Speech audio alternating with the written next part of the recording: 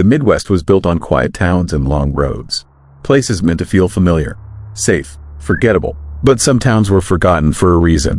This is Vesper Shroud, and these are 10 true horror stories from forgotten Midwest towns, where silence was never empty, and leaving did not always mean escape.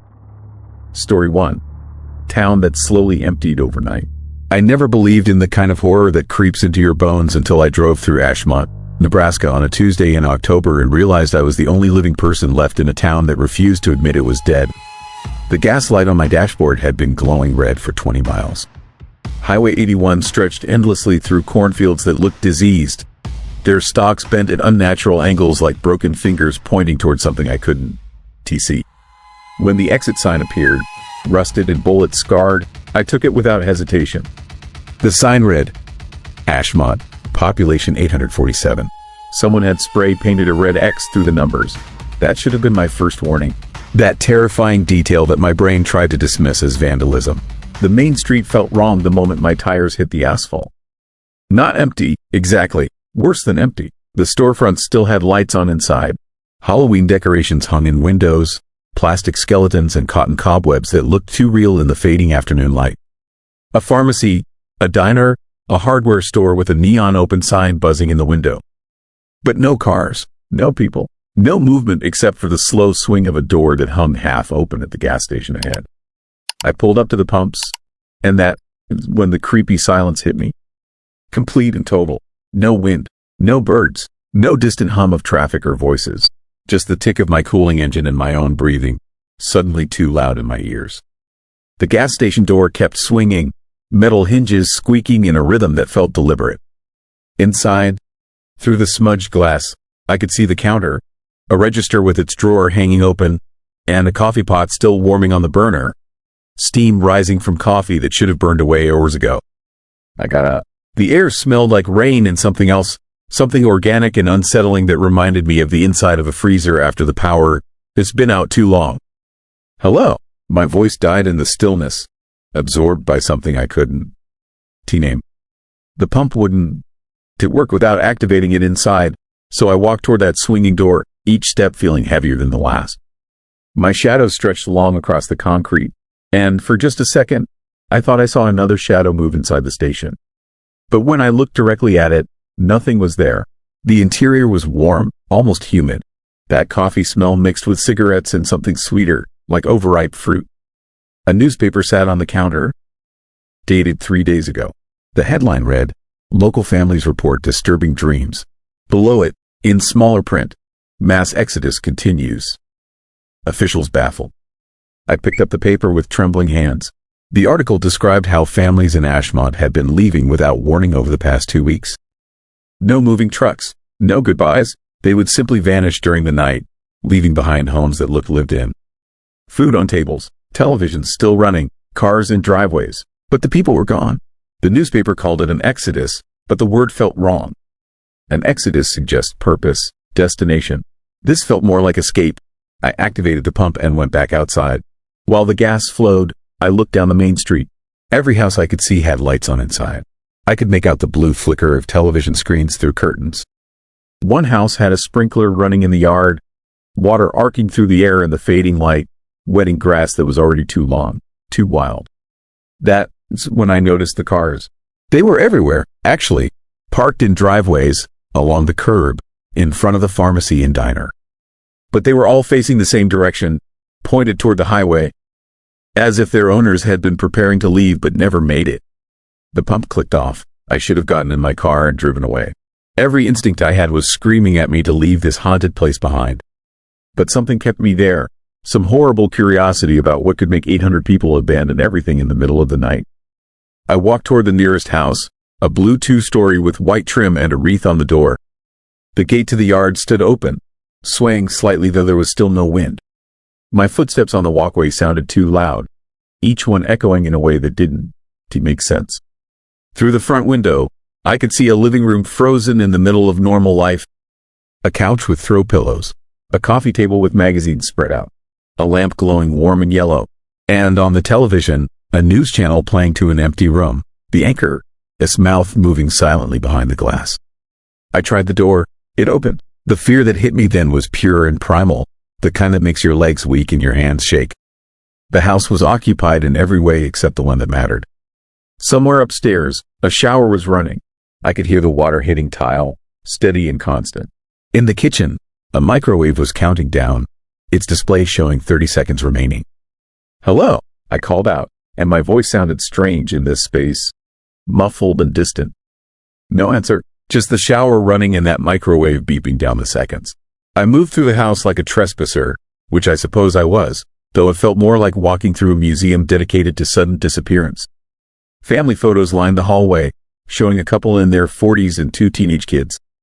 Smiling faces at birthday parties, graduations, vacation spots. Normal American life captured and framed.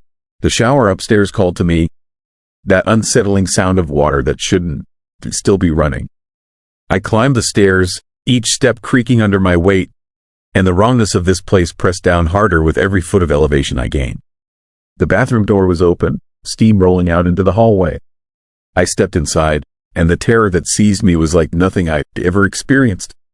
The shower was running hot, steam thick enough to choke on. But what made my blood turn to ice was what I saw through that steam. There was a message written on the mirror, drawn in the condensation by someone's finger. 4 words, dripping as the water vapor slid down the glass. "Don, go to sleep."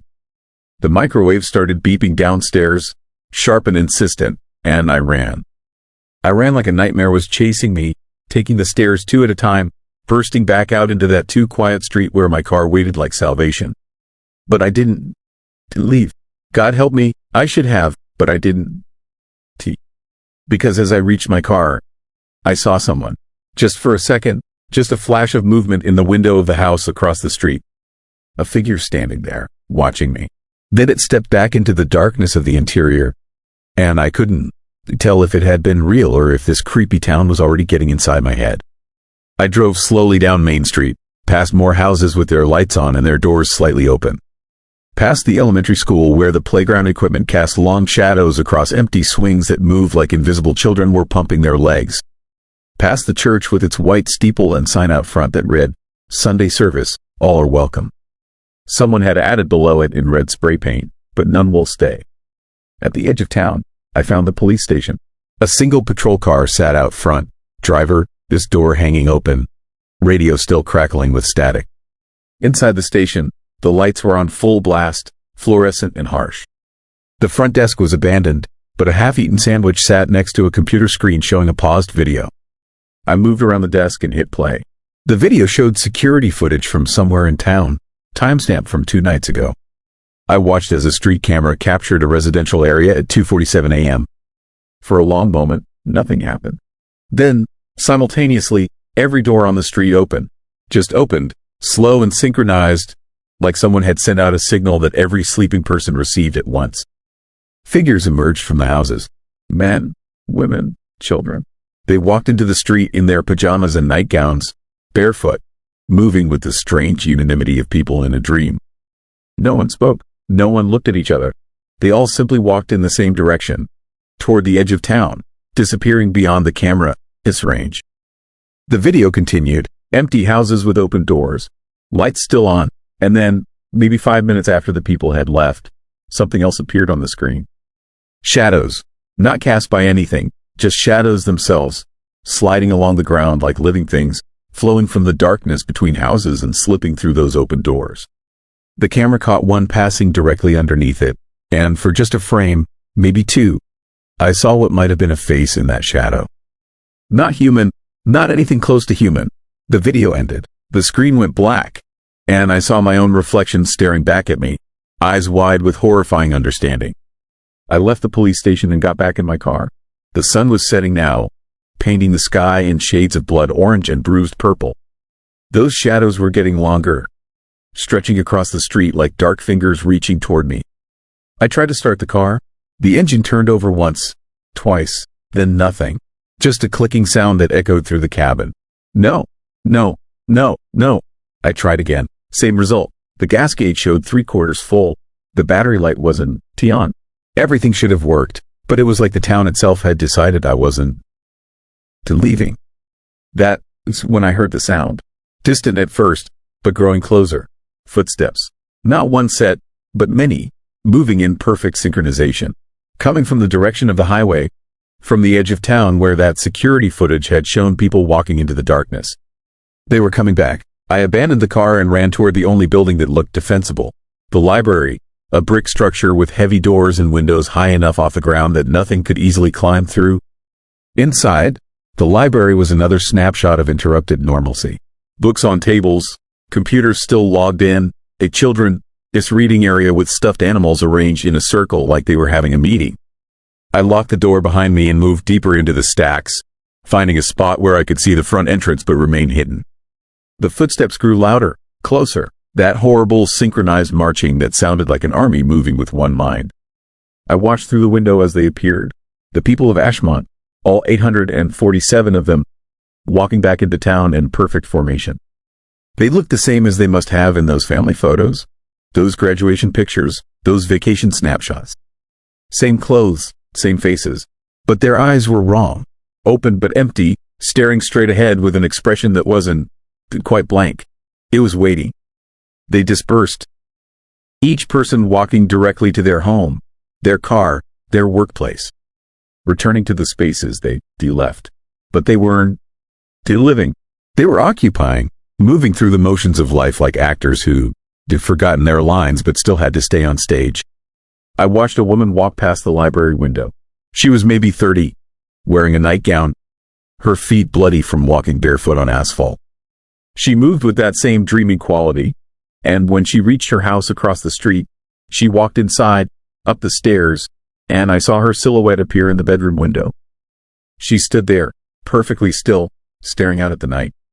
All over town, in every window, figures appeared, standing, watching, waiting. That's when I understood the terrifying truth.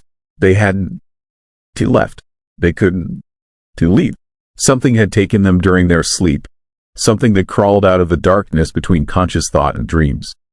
It had hollowed them out and sent them walking, and when the sun rose, it had called them back to playhouse in this empty town.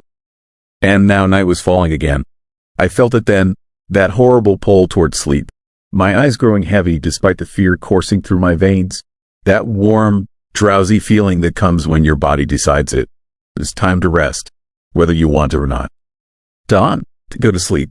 I understood the message now, understood why families had fled in the middle of the night, running while they still could.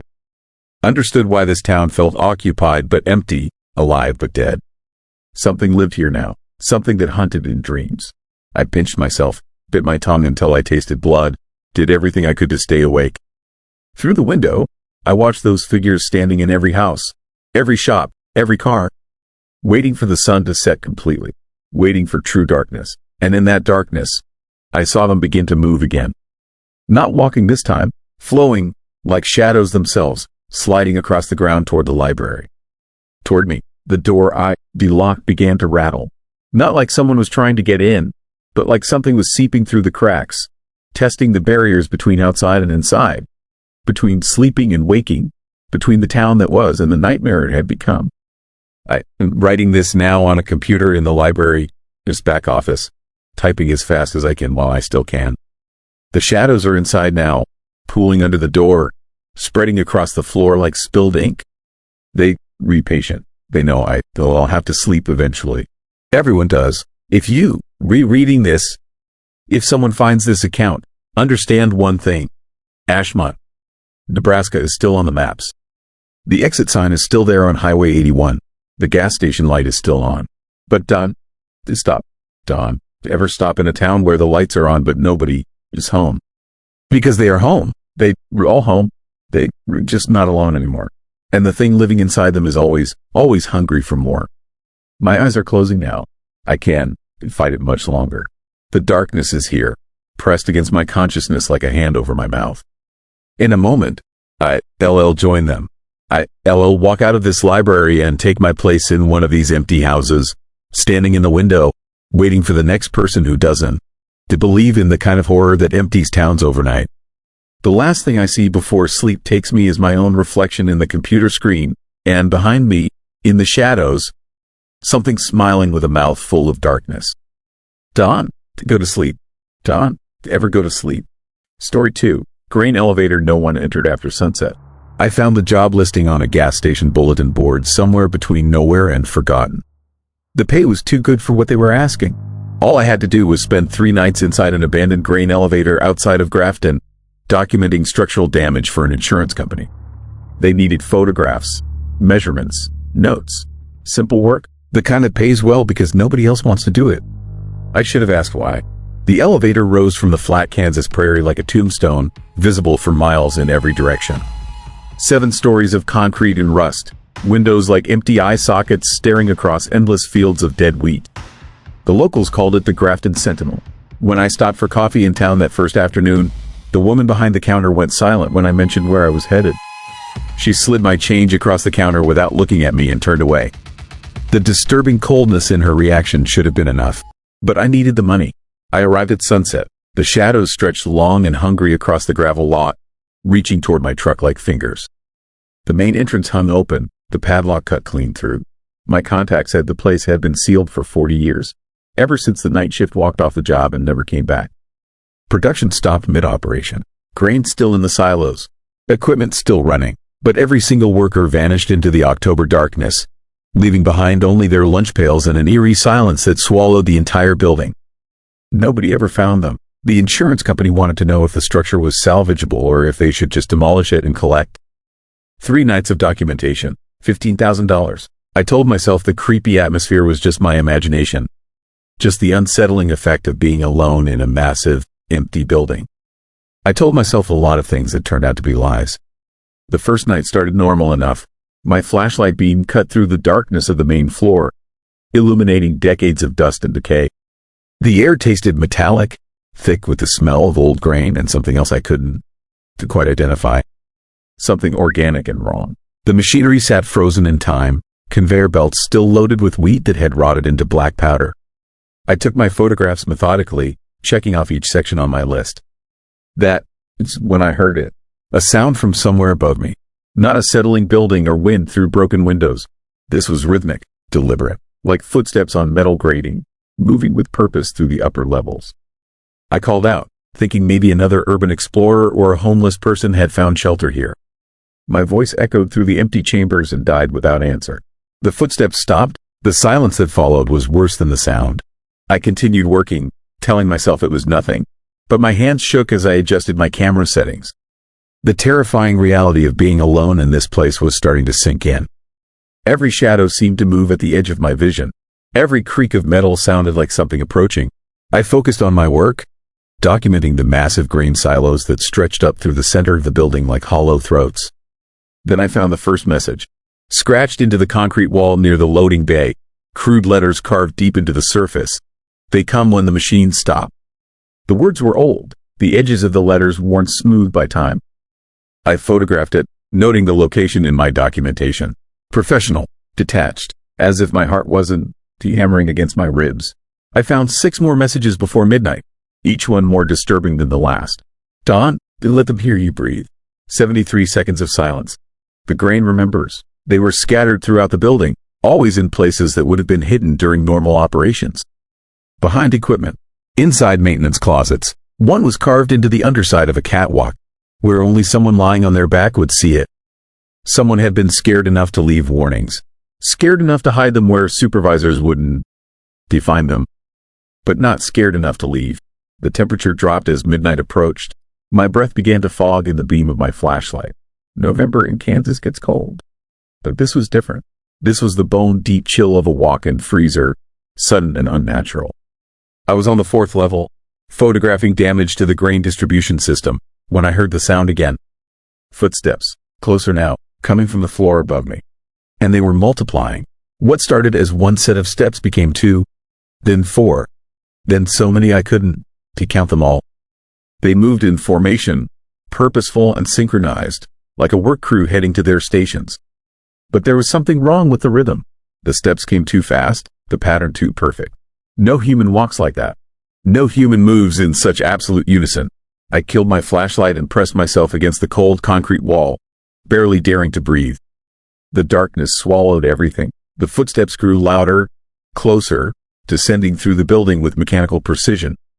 They were searching, floor by floor, methodically working their way down. I could hear them on the metal catwalks now, the grating ringing out with each synchronized step. That is when I understood what the message meant. 73 seconds of silence. I counted in my head, holding my breath until my lungs screamed. The footsteps past my position continued down to the floor below. I waited, counting, my chest burning with the need to breathe. At 70 seconds, the footsteps stopped. Complete silence. At 73 seconds exactly, I exhaled as quietly as possible. The footsteps resumed, but now they were ascending, moving back up through the building. Away from me. I ran.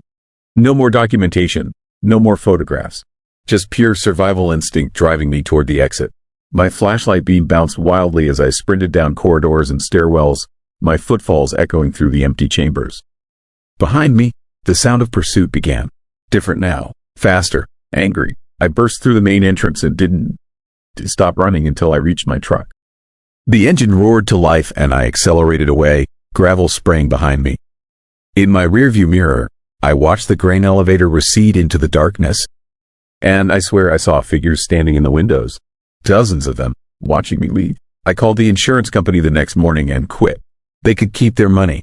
I wanted nothing more to do with that place. The woman I spoke with didn't seem surprised. She asked if I made it through the whole night. When I said yes, she went quiet for a moment. Then she told me I was the first person to leave the Grafton Sentinel after dark in 40 years. Everyone else who entered after sunset never came out. But curiosity is a haunting thing. A nightmare you can shake. 3 weeks later, I started researching the history of the elevator. The disappearance in 1983 wasn't the first incident. Workers had been reporting strange occurrences for years before that. Voices in the silos, shadows that moved wrong, time seeming to skip or slow down during night shifts. The company ignored the complaints until 23 people vanished in a single night. The disturbing part was what I found in the county archives.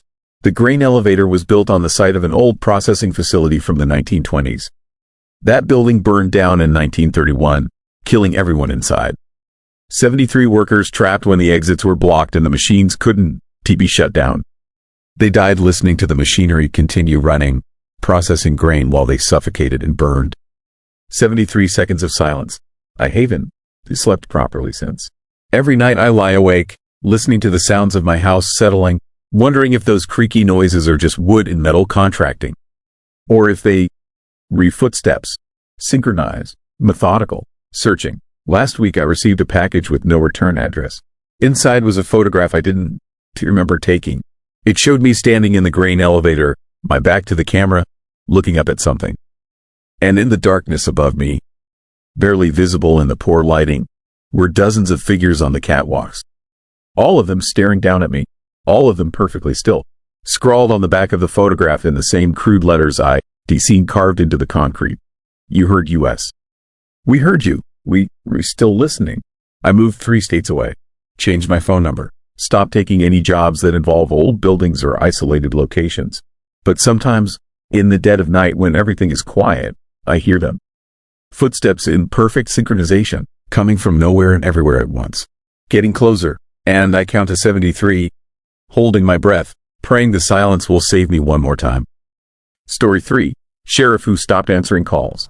I need you to understand something before I tell you this story.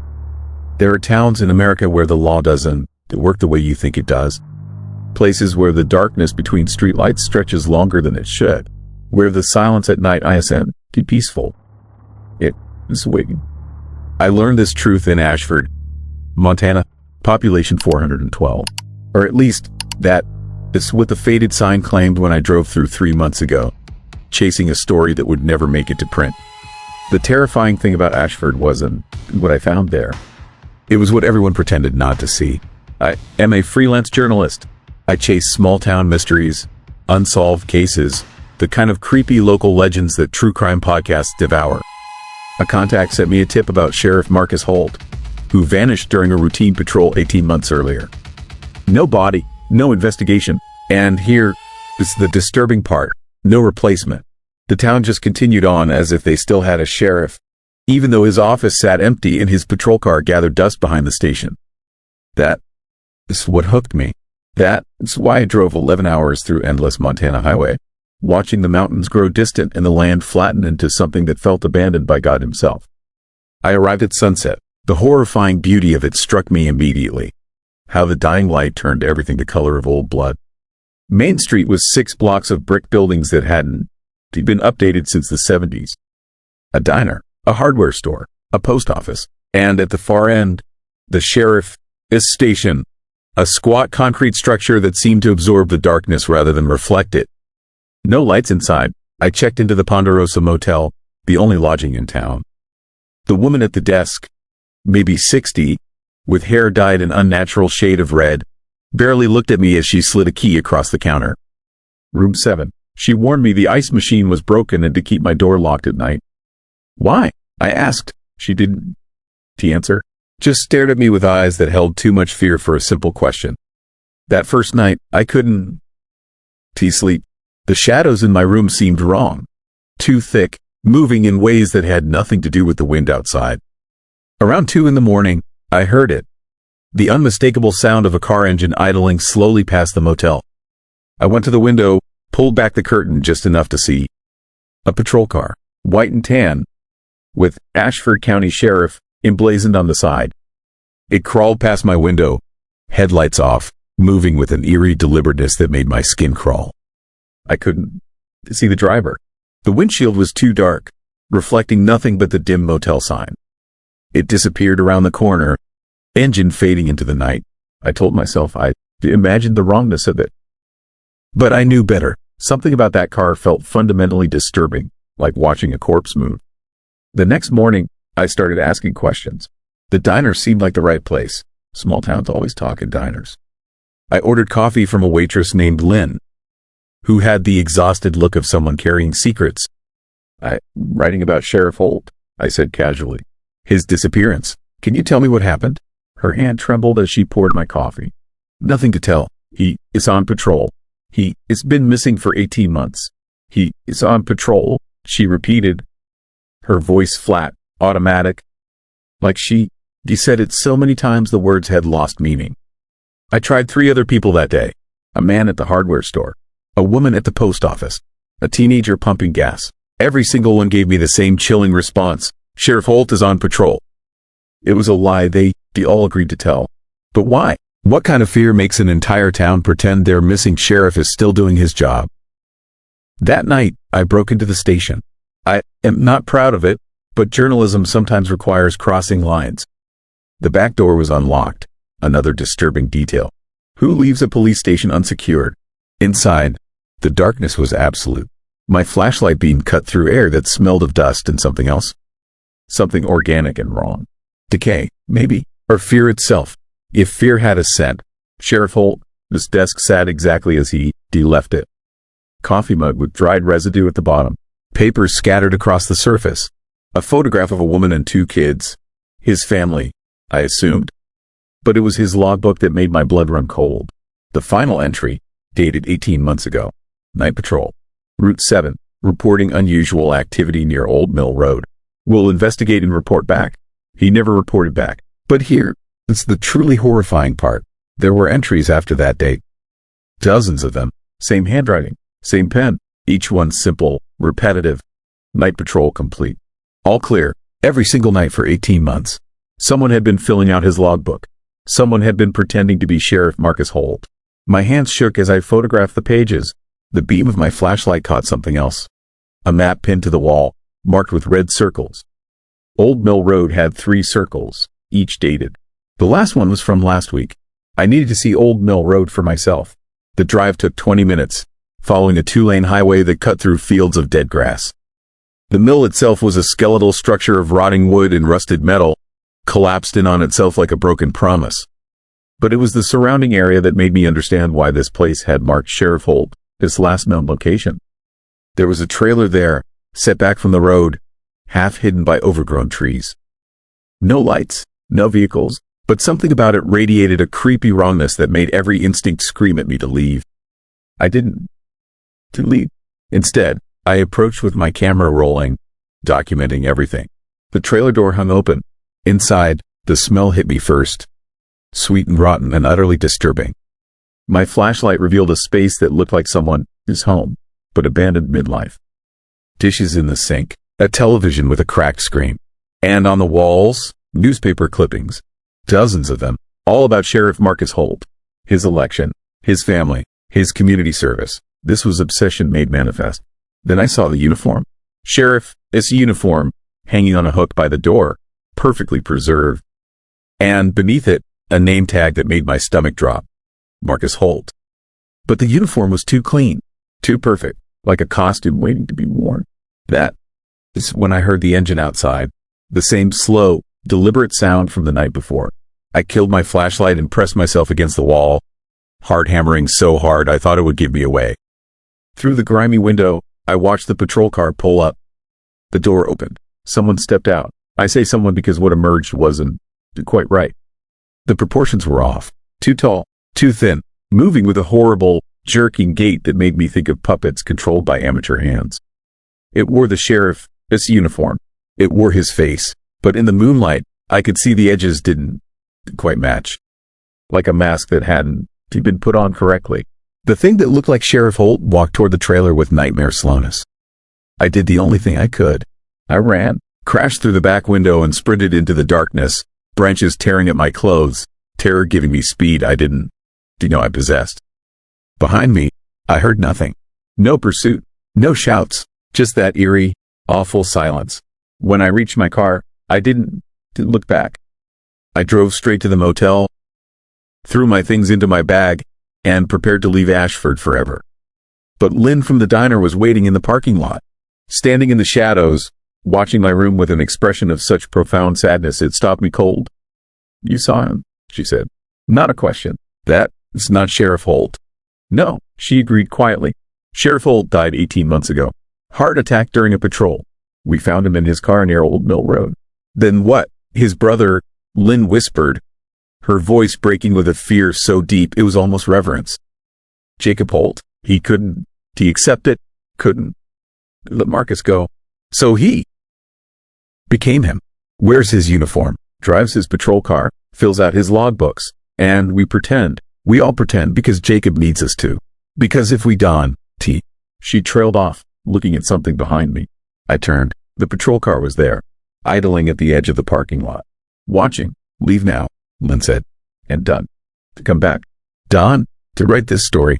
Some towns keep their darkness hidden for a reason. Ashford isn't haunted. It's just doing what it has to do to survive." I left. I drove through the night, putting as many miles between myself and Ashford as possible. But here, it's the truly chilling part, the part that keeps me awake. A week ago, I got a speeding ticket, pulled over on a different Montana highway, 200 miles from Ashford. The officer who walked up to my window was tall, too tall, with a face that didn't quite fit right. He smiled at me with Marcus Holt. Smile. "Routine patrol," he said, his voice hollow and wrong. "Drive safe now." I watch my rearview mirror constantly now. I keep seeing patrol cars in the distance, following at impossible distances. And I wonder how many small towns in America have their own version of Sheriff Holt. How many empty uniforms are still walking their beats, filled with something that shouldn't exist. How many missing sheriffs are still answering calls. The most horrifying truth I learned in Ashford is this: some disappearances aren't mysteries. They retransformations. And the darkness in small-town America isn't hiding in the woods or the abandoned buildings. It is wearing a badge. It is patrolling the streets. And it is pretending to be human. I never wrote that story. I am writing this instead as a warning. If you driving through America as forgotten towns and you see a patrol car moving too slowly with headlights that seem to absorb light rather than emit it, keep driving. Don, stop. Don, to ask questions. Because the sheriff is always on patrol, even when he shouldn't. Even when he can. Especially then. Story 4. Motel that never updated its guest log. I never believed in haunted places until I found my own name written in a guest book 20 years before I was born. It happened last October during a cross-country drive through Nevada. I had been pushing hard, trying to make it to Salt Lake City before midnight, when my GPS died somewhere past the state line. The highway stretched empty in both directions, just endless asphalt cutting through dead scrubland under a moonless sky. No cell signal, no other cars, just me and the darkness pressing against my headlights. That is when I saw it, the Westward Inn. A single-story motel squatting beside the road like something left behind by a retreating civilization.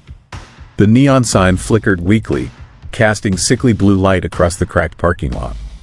Every instinct told me to keep driving, but my fuel gauge was riding dangerously close to empty, and the next town was God knows how many miles ahead. I pulled in. The office sat at the far end of the building, a small room with windows so dirty I could barely see inside. The paint on the doors had peeled away in long strips, revealing raw wood underneath. Everything about this place screamed abandonment, yet that sign kept blinking.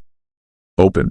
Vacancy. The gravel crunched loud under my boots as I walked toward the office. Too loud, like the sound was amplifying in the unnatural quiet surrounding this place. No wind, no insects, not even the distant hum of highway traffic. Just silence so complete it made my ears ring. The office door stood slightly ajar. I pushed it open, and rusty hinges screamed in protest. Inside, the air smelled wrong. Not the musty odor you would expect from an old building, but something chemical and sweet, like formaldehyde mixed with rotting flowers. A single lamp illuminated the cramped space, throwing harsh shadows across wood-paneled walls. Behind the counter sat a guest registry, an actual physical book, the old-fashioned kind nobody had used in decades. Thick and leather-bound, it lay open as if someone had just been writing in it. But the office was empty. Completely empty. I called out. My voice died immediately, swallowed by that oppressive silence. I waited. Nothing. The smart move would have been leaving right then, getting back in my car and driving until I hit civilization or ran out of gas trying. But exhaustion and curiosity are a dangerous combination. I stepped closer to examine the registry. The pages were yellowed with age, covered in handwritten entries. Names, dates, room numbers. Standard motel documentation, except the dates made no sense. The most recent entry was from 1998, 26 years ago. But below that, more names. Dozens of them, filling page after page going back to the 1960s. I flipped forward, checking if maybe the book had been abandoned and forgotten. That is when the fear started. Real fear, the kind that makes your stomach drop and your hands shake. Because there, on a page dated just 3 days ago, were fresh entries. The ink still looked wet. 4 names, 4 dates, all from this week. My mind scrambled for rational explanations. Maybe someone was playing a prank. Maybe the motel was actually operating despite looking abandoned. Maybe I was more tired than I thought and misreading everything. Then I saw it, the 5th entry on that page. Written in handwriting I recognized instantly because I had been staring at my own signature for 38 years. My name, my full name, David Michael Rothman, written in my handwriting. But the date next to it was not today. It was not yesterday. The date was September 17th, 1982, 6 years before I was born. The registry slipped from my trembling hands and thudded against the counter. I backed away, heart hammering so hard I could feel it in my throat. This was not possible. This was not real. I was hallucinating from exhaustion or carbon monoxide or something logical and explainable. I turned to leave and froze. A key hung from a hook on the wall behind me. Just one key, attached to a plastic diamond-shaped tag. Room 7. It had not been there when I walked in. I was certain of it. The wall had been empty. Every horror movie I had ever seen played through my mind in fast forward. Leave now, they all screamed. Get out while you still can. But something else pulled at me. Something terrifying and irresistible. Because if my name was in that book from before I existed, if I was somehow connected to this place, then I needed to understand why. I grabbed the key. The plastic felt cold and greasy in my palm. Room 7 sat at the far end of the building, past 6 other doors that looked like they had not been opened in decades. Dead leaves had piled against them in drifts. Spider webs stretched across doorframes thick as curtains. But when I reached room 7, the door was clean. No debris, no webs. The brass number gleamed like it had been polished that morning. The key turned smoothly in the lock. Too smoothly. The door swung open on silent hinges. The room inside looked perfectly preserved. A queen bed with a floral bedspread that probably seemed modern in the 80s. A nightstand with a rotary phone. A television with actual dials. Everything clean and dust-free, like housekeeping had just finished. But the air carried that same disturbing smell from the office, stronger now. Sweet and chemical and wrong. I flipped the light switch. Nothing happened. The only illumination came from the parking lot security light bleeding through the curtains, casting everything in pale blue shadow. Something sat on the nightstand beside the phone. A notebook, spiral bound, with a plain black cover. My feet moved toward it without conscious decision, drawn by the same terrible curiosity that had brought me into this room. I opened the notebook. The first page contained a single sentence in cramped, desperate handwriting. If you are reading this, you have already made the same mistake I did. My hands shook as I turned the page. What followed was a diary written by someone named Thomas Kershaw. The entries started in 1976, documenting a cross-country trip that ended when he stopped at the Westward Inn for the night. Thomas had seen his name in the registry too. Written decades before his birth, he had taken the key to room 7. He had found a notebook left by someone before him, someone named Margaret Chen, whose diary described finding her own name and entering this same room in 1968, where she discovered a notebook from someone named Robert Hall from 1962. The pattern stretched back through the pages, person after person, all finding their names in that impossible registry, all entering room 7, all discovering they were part of a chain extending backward through time. The entries grew more frantic as each person realized the truth. They tried to leave. The door would not open. The windows would not break. The phone was dead. And slowly, over hours that stretched into days, they began to change. The smell in the air was not chemicals. It was them, their bodies breaking down, dissolving into something else while they remained conscious and aware. Each diary ended the same way, with the writer, his final coherent thoughts as they lost their physical form, followed by a single sentence for whoever came next. Thomas Kershaw's last entry was dated October 2nd, 1976. The handwriting had deteriorated into barely legible scratches. I understand now. The motel is not haunted. It is hungry. It exists in all times simultaneously, calling to specific people across decades. Once you see your name, once you take the key, you become part of it. Your essence feeds it. Your name appears in the past because you were always going to come here. You were always going to be consumed. I'm sorry. I am so sorry. There is no escape. I dropped the notebook. Behind me, the door clicked shut. I lunged for it, grabbing the handle and pulling with everything I had. Locked. Impossible. I had not locked it. I twisted the deadbolt, the chain, anything I could find. Nothing budged. The window. I ran to it, tearing aside the curtains. The glass looked out onto the parking lot where my car sat under that flickering blue sign. But when I pushed against the window, my hands met solid resistance. Not glass, something else. Something that looked like glass but felt like touching a wall of ice. I screamed. I pounded on the door. I searched for anything to break the window. Nothing worked. The room was a perfect trap, and I was sealed inside just like Thomas and Margaret and Robert and all the others.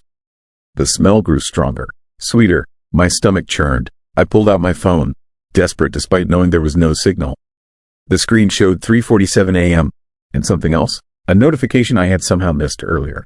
A calendar reminder from 6 months ago, September 17th, a dentist appointment I had canceled. The same date written next to my name in the registry. The date I was supposed to die, but I had not died then. I had missed my appointment, changed my fate by accident. Or had I?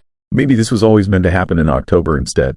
Maybe the date in the registry was just when the motel first called to me, planting seeds decades before I existed, ensuring I would eventually take this highway, run out of gas, and stop at this exact location. Time became meaningless. Hours passed, or maybe minutes. My body started feeling strange, numb in some places, hypersensitive in others. My vision blurred around the edges. That sweet chemical smell was coming from my own skin now, seeping from my pores like poison sweat. I tried to write in this notebook, to leave a warning for whoever came next. But my hands would not cooperate. The pen kept slipping through my fingers like they were losing solidity. The room grew darker despite the security light outside, or maybe my eyes were failing. I could feel myself dissolving, becoming part of the motel, this foundation, another layer in whatever terrible thing this place had become. Fuel for its impossible existence across time. In those final moments, I understood. The Westward Inn was not a building. It was a trap that existed in the space between seconds, between moments, feeding on the lives it erased from the timeline. Everyone whose name appeared in that registry was someone who should have died on their date but did not. The motel corrected that mistake, collecting the life that should have already ended. I was one more missed appointment. One more person who had accidentally dodged death and now had to pay the bill. My last coherent thought was wondering whose name would appear next in the registry, decades before their birth, calling them toward this hungry place in the Nevada darkness. If you ever find yourself on an empty highway and see a flickering neon sign promising vacancy, keep driving. Do not stop. Do not look at the guest registry.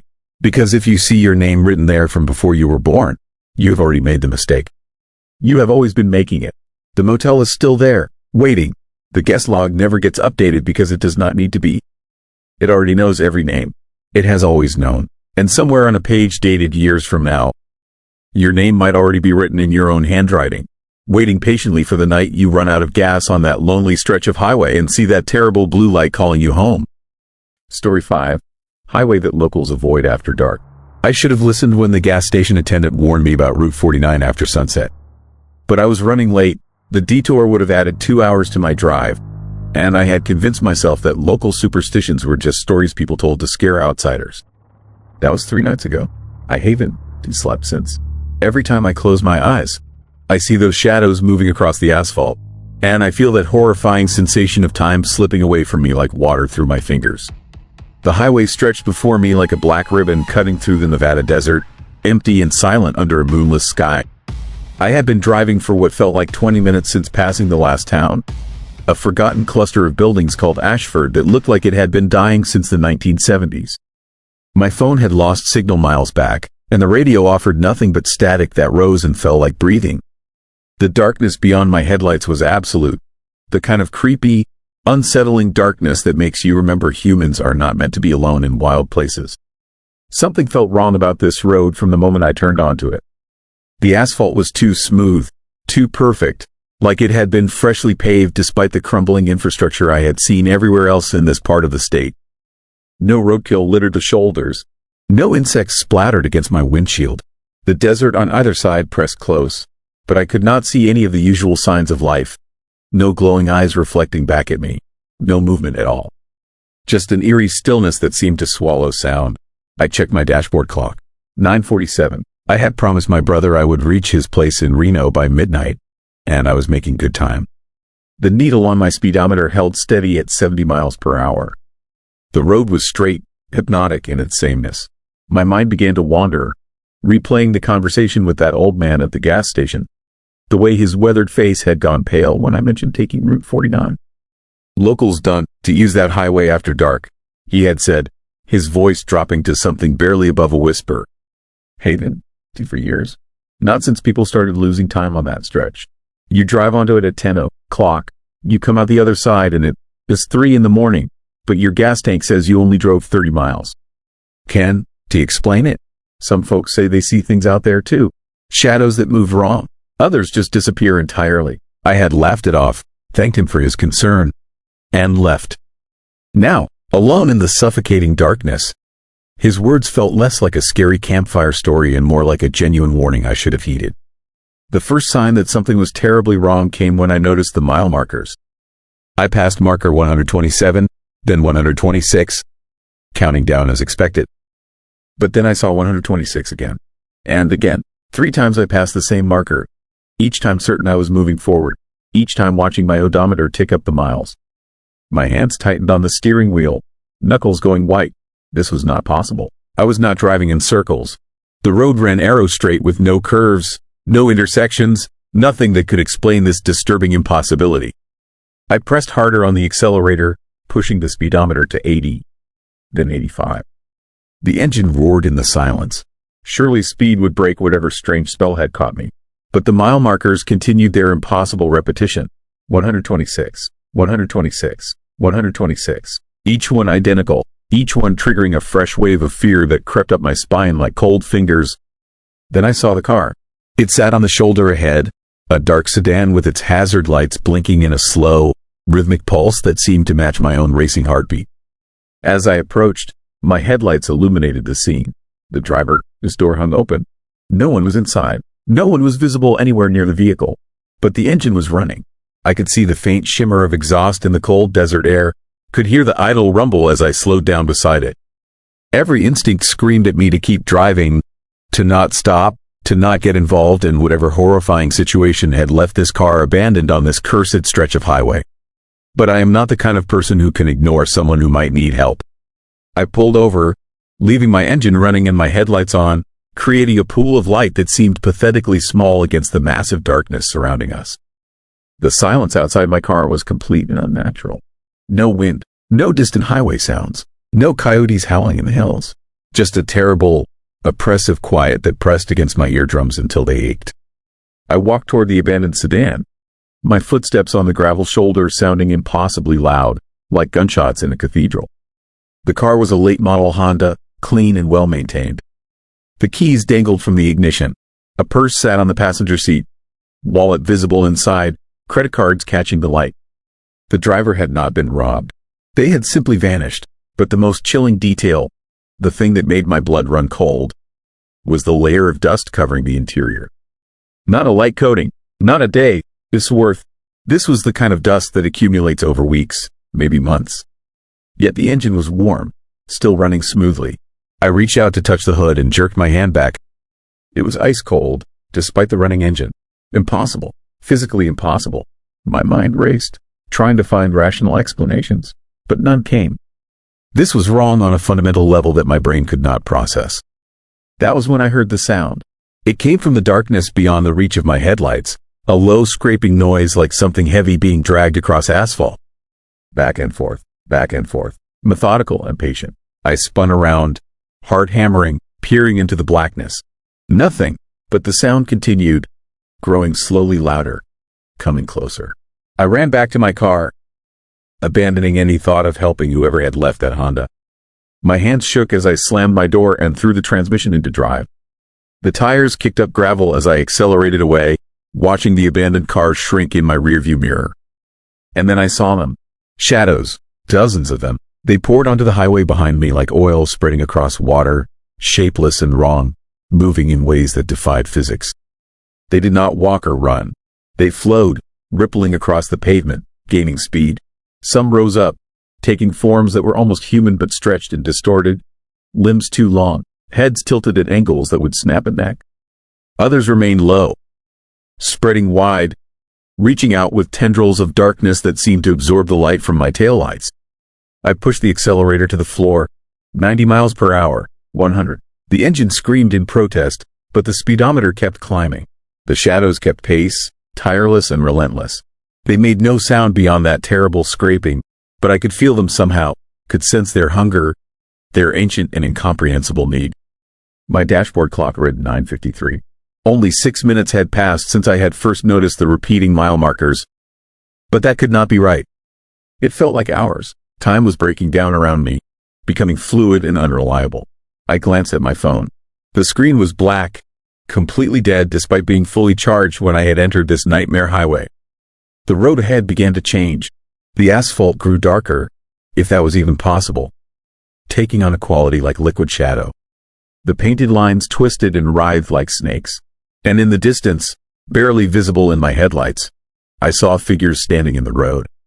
Dozens of them, hundreds. They stood perfectly still, facing me, waiting. As I drew closer, details emerged that made my mind recoil in horror. These were not people. They wore the shapes of people, the way a child might draw a human figure, but the proportions were all wrong. Too tall, heads too large, arms hanging to their knees, and where their faces should have been, there was only smooth, featureless darkness that seemed to swallow light. I could not stop, could not turn around. The shadows behind me were too close now, and the figures ahead blocked the entire width of the highway. I was trapped between two impossible terrors on a road that did not follow the rules of the world I knew. My foot stayed pressed to the floor, the engine redlining, and I prepared to crash through whatever waited ahead. But at the last possible second, the figures stepped aside, parting like a curtain, creating a narrow corridor between them. An invitation, or a trap, I had no choice but to accept. My car shot through the gap, close enough that I could have reached out and touched them. And in that moment, as I passed between those silent, watching forms, I understood. They were the lost ones. The people who had driven Route 49 after dark and never arrived at their destinations. The drivers of abandoned cars with running engines and dusty interiors. They had been pulled from their vehicles, pulled from time itself, and transformed into something else. Something that existed in the spaces between seconds, in the dark places where reality grew thin. They were warnings. They were prisoners. and they were hungry for company. My car burst through the other side of that horrifying gauntlet, and suddenly everything changed. The road became normal asphalt again. The desert stretched away on both sides, visible now in the faint pre-dawn light. Pre-dawn light? I looked at my dashboard clock. 5:38 in the morning. 8 hours had vanished. 8 hours of my life, gone in what had felt like 30 minutes of driving. I pulled over, hands shaking so badly I could barely control the vehicle. My gas tank, which had been 3/4 full when I entered Route 49, showed only 1/8 remaining. But my odometer had advanced only 32 miles. I grabbed my phone. It powered on, but the date was wrong. Not wrong. Impossible. The screen read 3 days later than it should have been. I sat there on the shoulder as the sun rose, trying to make sense of what had happened, trying to convince myself it had been a hallucination brought on by exhaustion. But I could not explain the lost time, could not explain the fuel consumption, could not explain why. When I finally worked up the courage to drive back and look for that abandoned Honda, I found nothing but empty highways stretching for miles. The locals were right. Route 49 after dark is a highway where time stops following the rules, where something ancient and malevolent waits in the darkness between mile markers. I made it out. I was lucky, but I know others were not so fortunate. I think about those shadow figures, those transformed victims, and I wonder if they remember who they once were. If they are aware, if they are suffering. I took the detour on my drive back. I will always take the detour now. And when I see people at gas stations pulling up maps, planning routes through rural Nevada, I warn them the way that old man warned me. Most laugh it off. Most think I am crazy. But a few, the ones who see something in my eyes, the fear I cannot quite hide, those few listen. They change their plans. They avoid Route 49 after sunset. Because that highway wants you. It is always hungry. And the darkness there holds something far worse than death. Story 6. School that locked itself. I found the children, its drawings 3 hours before I realized I was trapped inside with whatever had created them. The call came on a Thursday afternoon in late September. I work as a commercial property inspector, the kind of job where you spend your days in empty warehouses and forgotten buildings, checking for structural damage before demolition or sale. Nothing scary about it, usually, just dust, rust, and paperwork. But when the county hired me to inspect the old Lincoln Elementary School outside Cedar Falls, Iowa, something felt wrong from the moment I pulled into the cracked parking lot. The building had been abandoned since 1987, 36 years of Midwest weather turning it into something that looked more like a nightmare than a place where children once learned their ABCs. The windows were boarded up, covered in graffiti and years of grime. The brick facade had that diseased look old buildings get, with chunks missing and vines crawling up the walls like veins on rotting skin. But what made my hands grip the steering wheel tighter was the front door. It was open, just slightly, maybe 6 inches, creating a gap of pure darkness that seemed to pull at my vision. The county clerk had told me the building was sealed tight, that I would need bolt cutters to get through the chains on every entrance. She had been very specific about that disturbing detail. Every door and window had been secured from the outside when the school closed, standard procedure for abandoned buildings in the area. But here I was, staring at an entrance that hung open like a mouth waiting to swallow me whole. I should have called someone. Should have reported the unsettling discovery and waited for backup or at least another set of eyes. Instead, I grabbed my flashlight and inspection gear, telling myself it was probably just vandals or homeless people looking for shelter. Normal explanations for abnormal situations. That is what we tell ourselves to keep the fear away. The metal door groaned as I pushed it wider, the sound echoing through the empty hallway beyond. The smell hit me immediately. Not the expected mustiness of an old building, but something else. Something organic and wrong, like spoiled milk mixed with the coppery scent of old pennies. My flashlight beam cut through the darkness, illuminating a corridor lined with open classroom doors and peeling paint that hung from the walls in long strips, like skin after a bad sunburn. The floor was covered in debris, broken ceiling tiles, scattered papers yellowed with age, and something that made my stomach tighten. Fresh mud, boot prints, multiple sets, leading deeper into the building and then stopping abruptly halfway down the hall, as if whoever made them had simply vanished into thin air. I followed the tracks, my footsteps echoing in that eerie silence that only abandoned buildings possess. The kind of quiet that feels heavy, oppressive, like the air itself is holding its breath. Each classroom I passed showed the same horrifying scene.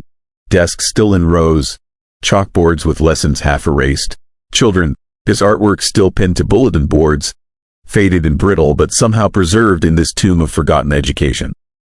That is when I found the first drawing. It was tacked to the wall outside what must have been the third-grade classroom, and unlike the other artwork, it looked fresh. The paper was clean, white, not yellowed with age. The crayon marks were bright, not faded by decades of sunlight and neglect. It showed a building, clearly this school, with all its windows and doors. But in the drawing, every entrance was colored in black, heavy black crayon pressed so hard it had torn through the paper in places. And around the building, surrounding it completely, were figures. Tall, thin figures with no faces, just blank ovals where heads should be, all facing toward the school. My hands started shaking. I told myself it was just kids, teenagers exploring the creepy old building and leaving behind their artwork. But the drawing had been made recently, very recently. The crayon still smelled waxy and new. I moved deeper into the school, and that is when I noticed the doors. Every single classroom door, every closet, every entrance to every room I passed was open. Wide open, as if something had systematically unlocked and opened every barrier in the building.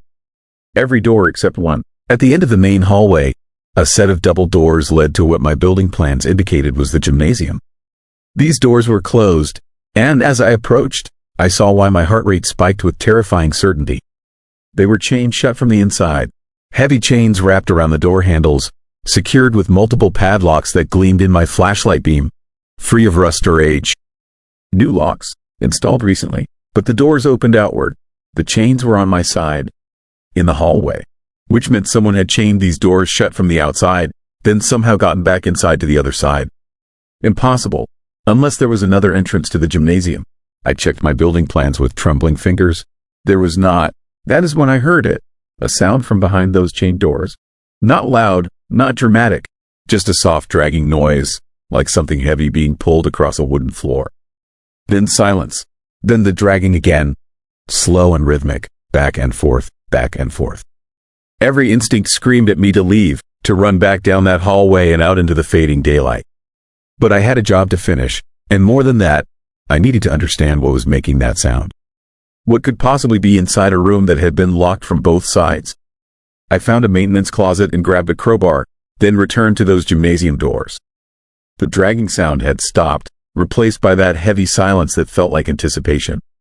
I wedged the crowbar against the first padlock and pulled. The lock snapped with a sound like a gunshot in that quiet space, echoing down the empty hallways. One by one, I broke the locks and unwound the chains. They fell to the floor with a metallic crash that seemed obscenely loud. The doors drifted open on their own, pulled by gravity or something else, revealing a gymnasium swimming in shadows that my flashlight could barely penetrate. The basketball hoops were still mounted on the walls, nets long since rotted away. The floor showed the faded lines of a court, though the wood was warped and buckled from water damage. And in the center of the room, illuminated by the weak sunlight filtering through cracks in the boarded windows, were more drawings. Hundreds of them. They covered the floor in a perfect circle, maybe 30 feet across, each piece of paper held down by small stones. I approached slowly, my footsteps echoing off the high ceiling, and bent down to examine them. All the same image, repeated over and over with slight variations. The school building, the black-filled doors and windows, the faceless figures surrounding it. But these drawings showed something more. Inside the school, visible through the windows despite them being colored black, were smaller figures. Children, I realized with chilling certainty. Dozens of children drawn in the crude style of elementary school students, all standing in rows, all facing the same direction. All with their arms raised, reaching toward something I could not see. I stood up too fast, dizzy with fear and confusion, and that is when I noticed my footprints. The gymnasium floor was covered in dust, thick and undisturbed except for my tracks leading from the door to the circle of drawings.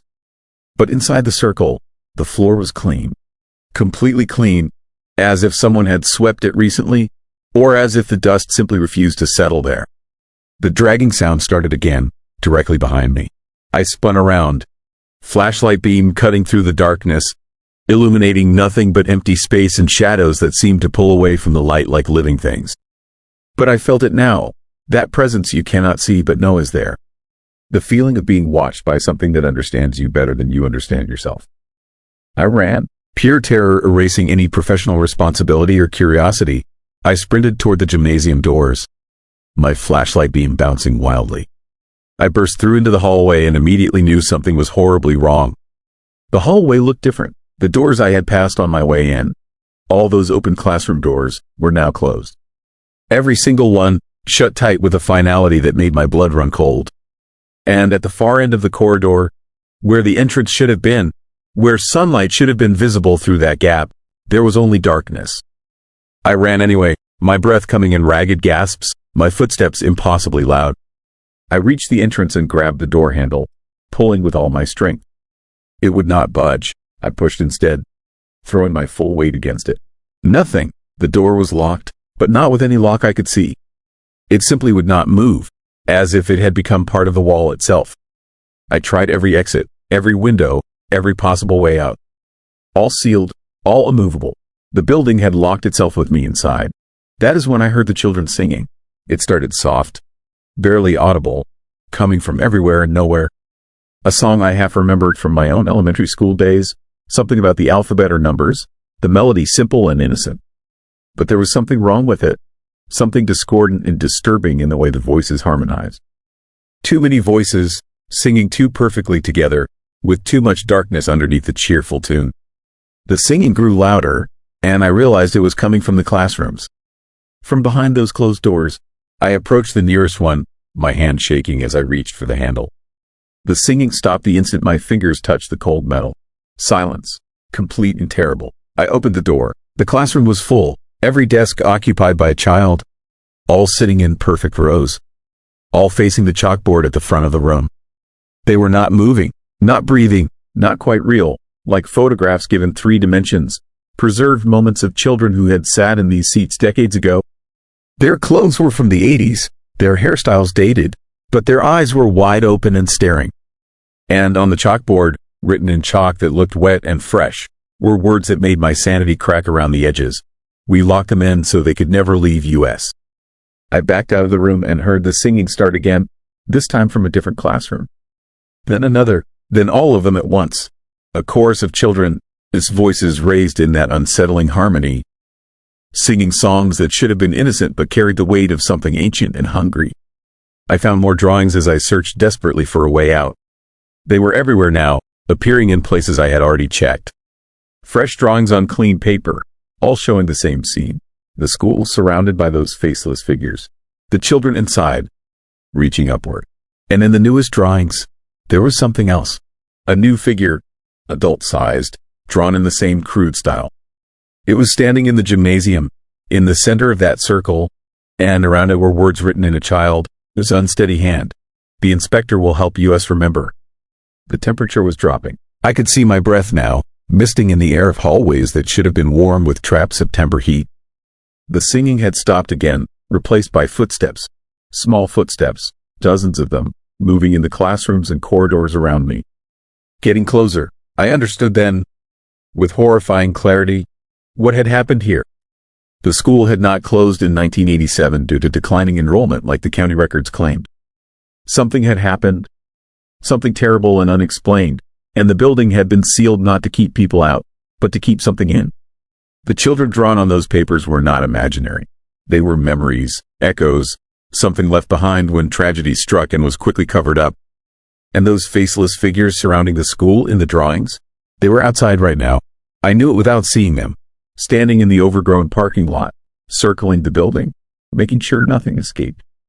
Making sure the horror that lived here stayed contained, fed occasionally by someone unlucky enough to receive an inspection assignment from a county clerk who knew exactly what she was sending them into.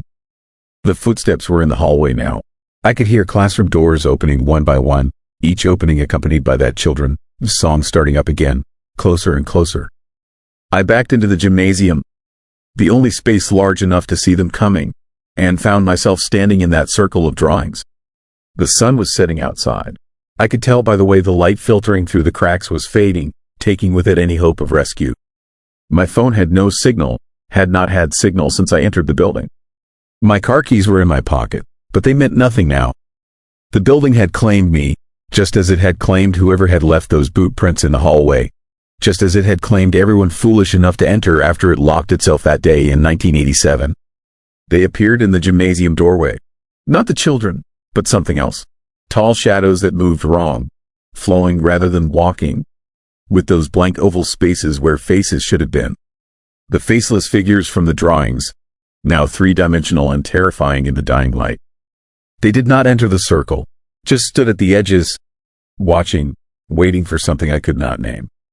That is when I understood the final, most disturbing truth. The drawings were not made by children. They were made by the school itself, by whatever consciousness this building had developed over decades of holding trapped souls inside its walls. It was calling to those figures outside, showing them what it held, what it needed, what it hungered for. I am writing this now on paper I found in a classroom, using a pencil that should have been dust decades ago but somehow still works. I do not know if anyone will ever read it. The building is completely dark now, and I can hear them singing again, all around me, inviting me to join their chorus. The shadows are inside the circle now, reaching toward me with appendages that are not quite hands. If you are reading this, if someone someday finds a way into this school, understand that it does not want to be demolished or sold. It wants to be fed. It wants to be remembered. And it will lock itself around anyone who tries to forget what happened here. The singing is beautiful now. I can almost remember the words. Almost remember being young and innocent, sitting at a desk, learning lessons that seemed important at the time. The shadows are gentle as they touch me, cold but not cruel. And I understand that I will be another drawing soon, another memory trapped in paper and crayon, another warning that no one will heed. Do not come looking for me. Do not trust the county clerk when she sends you to inspect abandoned schools. And if you ever find yourself in a building where the doors are all open except one, where fresh drawings appear in empty rooms, where children sing songs they learned decades before you were born, do not try to understand it. Just pray the building does not decide to lock itself with you inside. Because once it does, you will never leave. And eventually, you will stop wanting to. Story 7. Church that rang without a bell. The bells rang at exactly 3:15 every morning. And that was impossible because the church hadn't had bells in 60 years. I learned this my first night as caretaker of St. Jerome. Yes, a forgotten Lutheran church rotting in the Nebraska countryside. The job posting promised easy money for minimal work. Keep the grounds clean. Make sure vandals stayed out. Document any structural issues for the Historical Society. They were trying to decide if the building was worth saving or if they should let it collapse into the prairie and forget it ever existed. I should have chosen forget. The horrifying sound woke me from dead sleep that first night. Not the gentle ringing you hear on a Sunday morning, calling people to worship. This was frantic, desperate, like someone was yanking the ropes with everything they had. The bells screamed through the darkness with a rhythm that felt wrong, too fast and chaotic, full of panic and fear. I sat up in my cot in the small caretaker's cottage, my heart hammering, waiting for the sound to stop. It went on for exactly 7 minutes. When silence finally returned, I grabbed my flashlight and walked across the overgrown cemetery to the church. The building loomed against the starlit sky, a skeletal thing of rotting wood and crumbling stone. The bell tower stretched up into the darkness like a finger pointing at God, accusing him of something terrible. I knew from the paperwork that the bells had been removed in 1963 after a maintenance worker fell to his death trying to repair them. The tower had been empty for decades, but I heard them, clear as day, impossible to mistake for anything else. I climbed the narrow stairs inside the tower, each step groaning under my weight. The wooden boards were soft with rot, dangerous in the darkness. My flashlight beam swept across stone walls covered in names and dates scratched by generations of bored children during services. At the top, I found exactly what I expected, an empty chamber. No bells, just 4 vacant archways open to the night wind and a wooden framework where the bells once hung. I stood there in that creepy silence, trying to convince myself I'd been dreaming. But my racing pulse and the cold sweat on my skin told a different story. I heard those bells, every terrifying note of them. The next morning, I drove into the nearest town, a dying place called Millbrook, population 200 and dropping. At the diner, I asked the waitress about St. Jerome. Her smile vanished. She glanced at the other customers, then leaned in close enough that I could smell her coffee breath. She told me I wasn't the first caretaker they hired this year. I was the 7th. None of the others lasted more than a week. Most left after the first night. She didn't have to say why.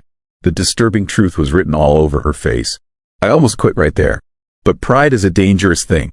I'd taken the job, and I wasn't about to run away because of some unsettling sounds in the night. Small town people love their ghost stories. Every old building has legends attached to it. I was a rational man. There had to be an explanation. That night, I stayed awake, watching, waiting. My phone showed 3:14, then 3:15. The bells began. This time I was already moving, sprinting across the cemetery before the second chime rang out. The sound was deafening, impossible, flooding across the empty prairie like a warning. I hit the church doors and they flew open under my hands. Inside, the sanctuary was a nightmare of shadows and moonlight filtering through broken stained glass. Pews sat in crooked rows, rotting and covered in bird droppings and decay. And I could feel it, a presence, thick and suffocating, like the air before a tornado touches down. The bells rang directly above me, shaking dust from the rafters. I ran to the tower stairs and climbed, taking them two at a time, my flashlight beam bouncing wildly. At the top, I burst into the empty bell chamber. The bells were ringing all around me. The sound was inside my head, inside my bones, vibrating through my entire body. But the chamber was empty. Nothing but vacant air in those four archways and the eerie moonlight spilling across the rotting floorboards. Then the bells stopped. The silence that followed was worse than any sound. In that horrible quiet, I heard something else. Breathing, slow and rhythmic, coming from below me. I looked down through the gaps in the floorboards. In the sanctuary below, illuminated by moonlight, I saw them. Figures filling the pews, dozens of them, sitting perfectly still, their heads all turned upward, looking directly at me. Their faces were wrong, too pale, too still, like wax sculptures of people rather than people themselves. I ran, pure terror driving my legs as I stumbled down those stairs and burst out into the night. Behind me, I heard the church doors slam open. I didn't look back. I made it to my cottage, locked every door and window, and sat in the corner with a tire iron until sunrise. When dawn finally came, I walked back to the church. In the daylight, it looked pathetic rather than scary. Just another forgotten building falling apart in the middle of nowhere. But in the soft earth around the entrance, I found them. Footprints, dozens of them, leading from the church to the cemetery and then simply stopping at various graves. As if the people making them had just walked into the ground and disappeared. I started researching. The Historical Society had boxes of old records stored in the church basement, and I spent that day digging through them, looking for answers. What I found was more disturbing than any ghost story. St. Jerome's had a dark history. In 1891, a fever swept through Millbrook, some kind of typhoid outbreak that killed a third of the town in 2 months. The church became a makeshift hospital, but more people died than survived. When it was over, the townspeople had a problem. The ground was frozen solid. November in Nebraska. They couldn't dig graves fast enough for all the dead. So they stored the bodies in the church basement. 97 corpses, stacked like cordwood, waiting for the spring thaw. But something went wrong. This furnace broke that winter, and the building froze solid. When they finally moved the bodies in March, they discovered something horrifying. The basement door had been locked from the inside, and several of the bodies had moved. Drag marks in the frost, fingernails torn off and embedded in the wooden door. Some of the dead had woken up during that long, frozen winter. Trapped, trying to get out, the church held a mass burial and never spoke of it again. But the nightmares didn't stop. People in town reported hearing bells ringing at all hours, even though the church had no bells until 1902. When they finally installed bells and rang them for the first time, 3 people in town dropped dead of heart attacks simultaneously. All of them had been survivors of the fever outbreak. All of them swore they heard those exact same bells ringing during their illness, calling them toward death. The bells were cursed from the start. They rang at funerals and weddings, during storms and calm nights, with no pattern or reason. But they always rang at 3:15 in the morning, every single night. Finally, in 1963, the church decided to remove them. The maintenance worker tasked with the job was found at the base of the tower, his neck broken. But before he died, he managed to scratch something into the stone floor with a piece of metal. 4 words that the church tried to erase but couldn't quite remove. They want to leave. I found those words that afternoon, still visible if you knew where to look.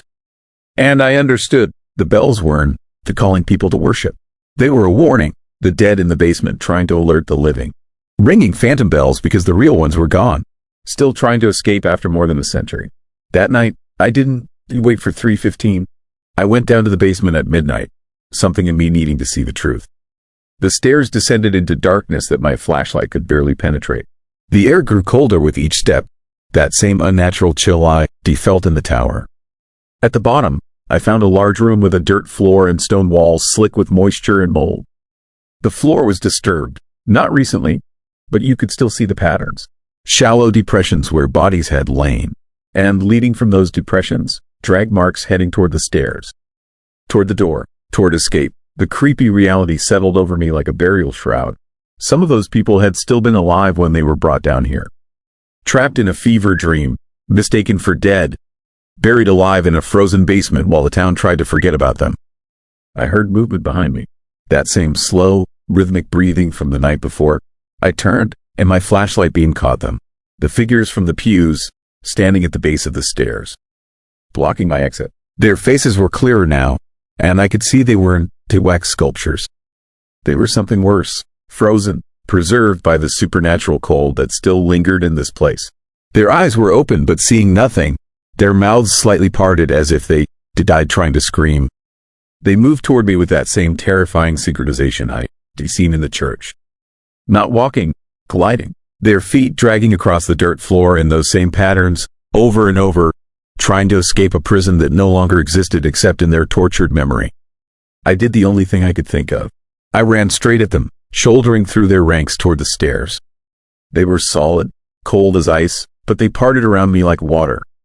I felt their hands brush against my jacket, my face, my hair. Touches light as spiderwebs but cold enough to burn. I made it up the stairs and out of the church, and I kept running until I reached my truck. I threw everything I owned into the back and drove away from St. Jerome, just without looking back. But as I accelerated down that lonely highway, my rearview mirror showed me something that still haunts my nightmares. The church was full of light, every window blazing, and in the bell tower, I could see them, dark figures pulling on ropes that weren't there, ringing bells that didn't exist, trying desperately to warn someone, anyone, about the horror that waited in that basement.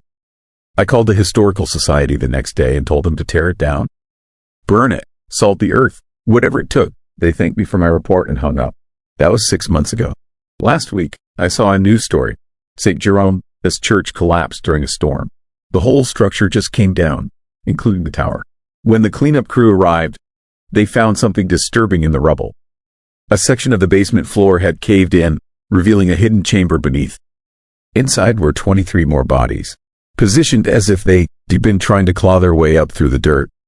And every single one of them had torn fingernails and scratch marks on their frozen faces. The news report said they all died during the 1891 outbreak. But the forensic team found something that didn't make sense. Something they couldn't explain. The bodies showed signs of movement after death. Recent movement, as if they'd been shifting position down there in that darkness, year after year, still trying to escape. I don't live in Nebraska anymore. I moved to Florida, as far from that cursed prairie as I could get. But sometimes, at exactly 3:15 in the morning, I wake up to the sound of bells. Distant, desperate, still ringing their warning across impossible distances. And I wonder if they finally free, or if some prisons last forever, echoing through time like a nightmare that never ends. I wonder if I carried something back with me from that church. Some shadow that attached itself during those terrible nights. Because last week, I found scratches on my bedroom floor, drag marks in the carpet, leading from my bed to the door. And I live alone. The bells are ringing again. Can you hear them? Story 8, farmhouse with lights no one paid for. Have you ever driven past a house at night and wondered who lives there? What if I told you that's a farmhouse in rural Nebraska that has been glowing with warm, inviting light for 7 years, despite having no electricity, no gas, and no living occupants? I know this because the utility worker who discovered the truth. And what I found in that horrifying place changed everything I thought I understood about darkness and light. My name is David Marsh, They worked for Great Plains Electric for 23 years, mostly handling disconnection notices and checking remote meters across the endless farmland of eastern Nebraska. It's boring work, the kind that numbs your mind with repetition. Until last October, when I received a service call that made absolutely no sense. The request came from a county clerk doing property tax research. She noticed something disturbing in the records. A farmhouse on Route 37 showing 0 utility payments since 2017. Yet neighbors kept reporting lights on every single night. She wanted me to investigate possible electricity theft. I drove out there on a Tuesday afternoon, following a gravel road that stretched through cornfields already harvested down to stubble. The isolation was immediate and unsettling. No other houses for miles. Just that eerie flatness that makes the Midwest feel like the edge of the world. The farmhouse appeared suddenly, a white 2-story structure with peeling paint and a sagging porch. In daylight, it looked abandoned. Windows dark, yard overgrown, mailbox hanging by one nail. But there was something creepy about how it sat there, perfectly still, like it was holding its breath. I checked my records. Service disconnected in May 2017 for non-payment. No reconnection request ever filed. Yet the meter was still there, mounted on the side of the house. And when I approached it, my blood went cold. The dial was spinning. Not slowly, rapidly, like the house was consuming massive amounts of power. But the main line had been physically cut. I could see where we disconnected it. The wires clearly separated. No possible connection to the grid. Yet somehow, impossibly, electricity was flowing. I stood there in the October sunlight, watching that meter spin, and felt the first real fear creep up my spine. This wasn't just unusual. This was wrong in a way that violated basic physics. The smart thing would have been to leave, to report it and let someone else handle the nightmare of impossible electricity. But they'd been doing this job too long to walk away from something this strange. I needed to understand. The front door was unlocked. That should have been my second warning. Inside, the house was frozen in time. Furniture covered in dust. Family photos on the walls showing a couple in their 60s, smiling in front of this very farmhouse. A calendar still turned to April 2017. And everywhere, every single room, lights were on. Not just on, blazing. Ceiling fixtures, lamps, even a chandelier in the dining room, all burning with an intensity that seemed excessive, almost desperate. The air felt thick and electric, like standing too close to power lines. My skin tingled, the hair on my arms stood up, and beneath the hum of all those bulbs, I heard something else. A sound so faint and disturbing I almost convinced myself I imagined it. Whispering, coming from upstairs. I climbed those stairs slowly, each step creaking under my weight, my shadow stretching long and dark against walls covered in outdated floral wallpaper. The whispering grew louder, not words exactly, but the rhythm of conversation, rising and falling like two people discussing something urgent in voices too low to comprehend. The master bedroom door stood open. Inside, every light blazed. Overhead fixture, bedside lamps, even a vanity mirror ringed with bulbs like a movie star, its dressing room. The brightness was almost painful, washing out colors, creating harsh shadows that seemed to move independently. And there, on the bed, I saw them. Two shapes, not bodies exactly, more like impressions of bodies, outlined in a faint, shimmering distortion that hurt to look at directly. The air around them rippled with heat, and the lights flickered in sync with their movements.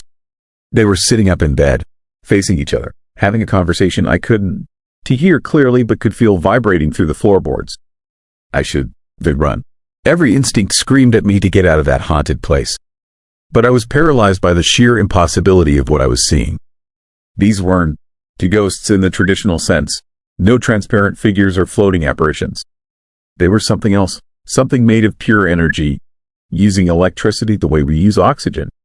The male shape turned toward me. Where a face should have been, there was only a bright, featureless glow. But I felt it looking at me, felt its attention like a physical weight. Then the lights surged. Every bulb in the house blazed brighter, so bright I had to shield my eyes. The whispering became a roar, a sound like wind through power lines amplified to deafening levels. And in that terrifying moment of sensory overload, I understood. They were feeding on the electricity, not stealing it from the grid, generating it somehow, or pulling it from somewhere else. using it to maintain themselves, to stay visible, to remain in this world despite having no physical form left. I staggered backward, tripping down the stairs in my panic, feeling those burning eyes following me all the way. I crashed through the front door and ran to my truck, hands shaking so badly I could barely get the key in the ignition. As I peeled out, gravel spraying, I looked back at the farmhouse. Every window glowed with that same intense, impossible light. And in the upstairs window, I saw them both standing there, watching me leave. Back at the office, I filed a report, tried to explain what I'd seen in terms that wouldn't make me sound insane. Electrical anomaly, possible hazard, recommend immediate investigation. My supervisor, a practical man named Ron, who worked utility services for 30 years, listened with an expression that grew increasingly disturbed. When I finished, he opened a file cabinet and pulled out a folder so old the paper had yellowed. Inside were reports dating back to the 80s. Different workers, different decades, all describing the same creepy phenomenon at the same address. Lights that shouldn't be on. Electricity flowing with no source. And always, the overwhelming sense that something was using that farmhouse to stay anchored to our world. The last report was from 2017. The worker who disconnected the service had written a single line at the bottom. Residents deceased. House should go dark. It won. Ron told me the story then. The couple who lived there, Harold and Margaret Weiss, had died together in their sleep. Carbon monoxide from a faulty furnace. They'd been found 3 days later, still in bed, positioned like they were having one last conversation before drifting off. The chilling part? Every light in the house had been on when they were found. The furnace had been off for days, but somehow the lights kept burning. After the disconnection, after the house was officially cut from the grid, people kept reporting that eerie glow in the windows. Night after night, year after year, the county wanted to demolish the place, but every contractor who bid on the job refused after visiting the site. They all felt it, that wrongness, that sense of something still living there that had no right to exist. I drove back to that farmhouse 3 more times over the following weeks. I told myself I needed photographic evidence, documentation that would prove what I'd seen. But really, I was drawn back by something I didn't understand. A horrifying fascination with the impossible. Each time, the lights were on. Each time, I felt them watching from the windows. And each time, the meter spun faster, as if they were growing stronger, pulling more energy from whatever dark source powered them. On my 4th visit, I brought an electromagnetic field detector. The readings were off the charts. The entire house was generating a field so powerful it should have been cooking everything inside like a microwave. Yet the structure itself showed no damage, no burned wiring, no melted fixtures. It was as if the house and the energy were perfectly balanced in some nightmare equilibrium. I made the mistake of entering one more time. I needed to see them again to confirm I hadn't imagined the whole disturbing experience. I climbed those stairs with my EMF detector screaming, the needle buried so far right it had nowhere left to go. They were in the bedroom again, but this time they moved closer to the door, closer to me. The shapes were more defined now, more solid looking. I could almost make out features, the suggestion of a face, hands, the outline of clothing. And the whispering had become clearer. I could hear actual words now, repeated over and over in voices that sounded like radio static formed into language. Can, to leave. Want, to go, stay here, stay lit, stay together. The temperature in the room was rising. Sweat poured down my face. The lights blazed so bright the wallpaper began to brown and curl. And I realized with mounting horror what was happening. They were getting stronger. 7 years of feeding on raw electricity, of refusing to pass into whatever comes after death, had transformed them into something new. Something that existed in the frequency between life and death, powered by stolen energy and desperate love. The male shape reached toward me. Not threatening, exactly, more like pleading. And in that gesture, I understood the most terrifying truth of all. They were trapped, not by choice anymore, but by what they become. They held on so long, burned so bright trying to stay together, that they couldn't let go even if they wanted to. They were bound to this house, to these lights, to this endless nightmare of half-existence. And they were lonely. I ran again, but this time, something followed me down those stairs. Not physically, but I felt it, a tendril of that electric presence reaching out. Trying to connect, trying to pull me into their world of endless light and isolation. I barely made it to my truck before the house surged with power so intense that windows shattered. Glass exploded outward, and in that moment of destruction, I swear I heard two voices screaming, not in pain, but in desperate, horrible longing. I reported everything, the full truth, consequences be damned. The utility company sealed my report and refused to take further action. The county declared the property condemned but won to demolish it. And the farmhouse still stands there on Route 37, lights blazing every night, visible for miles across the dark Nebraska plains. Sometimes I drive past late at night. I tell myself it's just to check, to make sure nothing has changed. But really, compelled. I need to see those lights still burning, to know they were still there, still together, still refusing to surrender to darkness. Last week, I noticed something new. A third shape in an upstairs window. Smaller, watching the road. Other utility workers have started reporting feeling drawn to that house. We compare notes quietly, afraid of what it means. 3 of us have stood in that bedroom now. 3 of us have felt that electric presence reaching out. The meter spins faster every month. The lights burn brighter. And I wonder how long before that farmhouse becomes something more than just a haunted place. How long before it becomes a beacon, calling to anyone who has ever been afraid of the darkness, offering the terrifying promise of light that never dies. I don't to drive Route 37 anymore. But I dream about it. Dream about that house glowing in endless night, and the shapes in the windows multiplying, and the creepy realization that refusing to let go might be worse than any death. The farmhouse still has no electricity. No one pays for that power. But it burns anyway, feeding on something we don't understand, housing something that can let the lights go out. And somewhere deep in my gut, in that place where horror lives, I know the truth.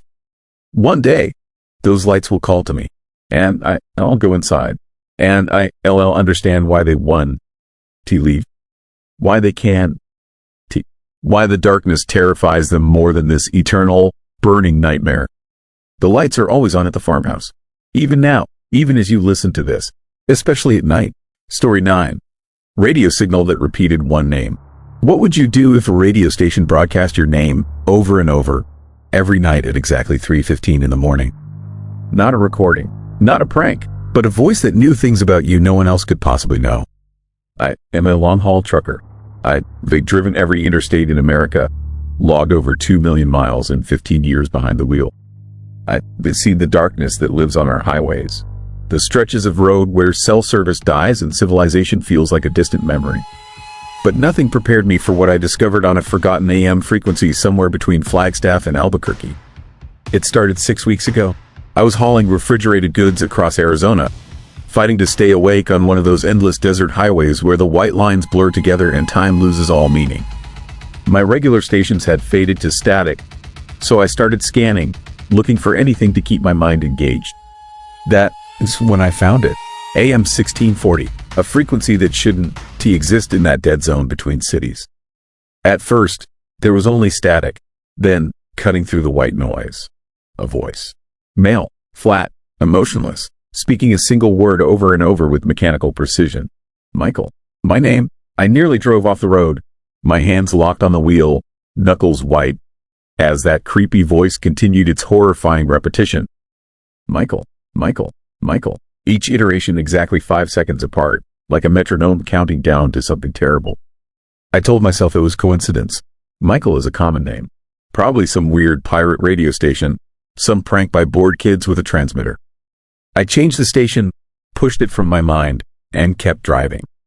But the next night, same highway, same time, 3:15 in the morning, I found myself scanning back to 1640.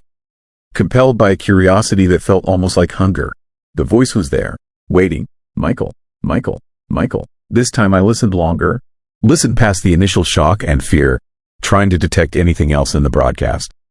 Background noise, breathing, any hint of what was behind this disturbing transmission. What I heard made my blood run cold. Between each repetition of my name, in those 5-second gaps, I could hear something else. Faint but unmistakable, the sound of an engine, the specific diesel rumble of a Peterbilt truck. My truck, someone was broadcasting the sound of my own vehicle back at me. I checked my mirrors, scanning the empty highway behind me. Nothing, Just darkness stretching to the horizon. No headlights, no vehicles, just me in the desert and that eerie voice speaking my name into the void. I should have turned it off. Should have never tuned to that frequency again. But fear has a way of becoming fascination, and fascination becomes obsession. Every night, I found myself scanning to 1640 at exactly 3:15, listening to that voice speak my name, trying to understand what nightmare I stumbled into. By the fourth night, the voice changed. Michael Carver, 42 years old, lives in Tucson, divorced, 2 daughters, New Haven, called in 6 months. My foot slammed on the brake. The truck shuddered to a stop in the middle of the empty highway, hazard lights flashing like a heartbeat in the darkness. The voice continued, reciting details of my life with that same flat, terrifying precision. You think about them every time you pass exit 167. You almost called Sarah last Tuesday. You deleted the message before sending it. Exit 167. My ex-wife, this exit. And I had drafted that text, but I deleted it from my phone. No record. No way anyone could know except me. The voice paused. In the silence, I heard my own breathing amplified through the radio speakers, like the broadcast was somehow tapping into my truck, its interior. Then it spoke again, and this time there was something different in the tone. Not emotion exactly, but emphasis. You're not alone out there, Michael. I killed the radio, sat in the cab of my truck, hands shaking, trying to process what was happening. This wasn't a prank. This was something else, something that knew me, something that was watching. I didn't sleep that night. I drove straight through to Albuquerque, pulled into a truck stop, and sat in the harsh fluorescent light of the diner until sunrise, drinking coffee and trying to convince myself I imagined it all. But I hadn't, and I knew I'd tune in again. The next night, I was ready. I had my phone recording, documenting everything. I wasn't going crazy. Whatever this was, I have proof. At 3:14, I pulled off onto a deserted rest stop. Killed the engine, sat in perfect silence as my phone recorded and the clock ticked toward 3:15. Then I tuned to 1640. Static, long seconds of nothing but white noise.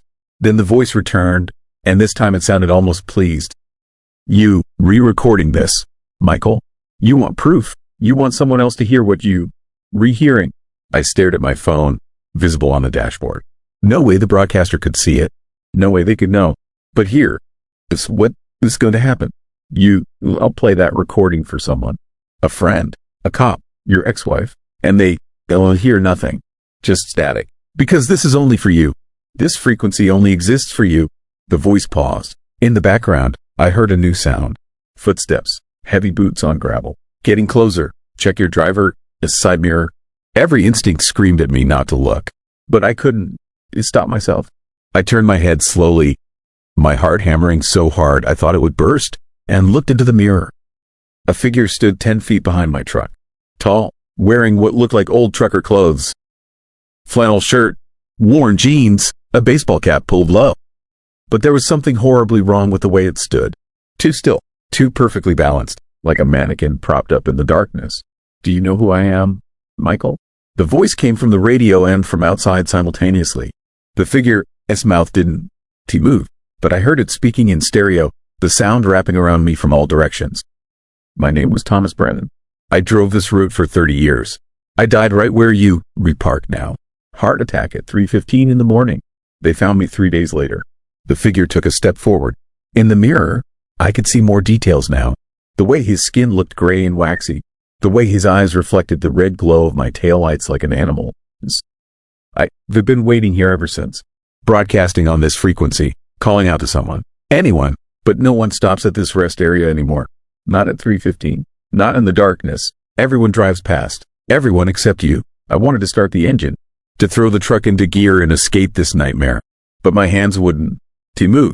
I was paralyzed by a fear so complete it felt like drowning. You know what the worst part of dying alone is, Michael? It's the silence. The endless, crushing silence. No one to talk to. No one to hear you. Just static and darkness forever. The figure was right behind my truck now.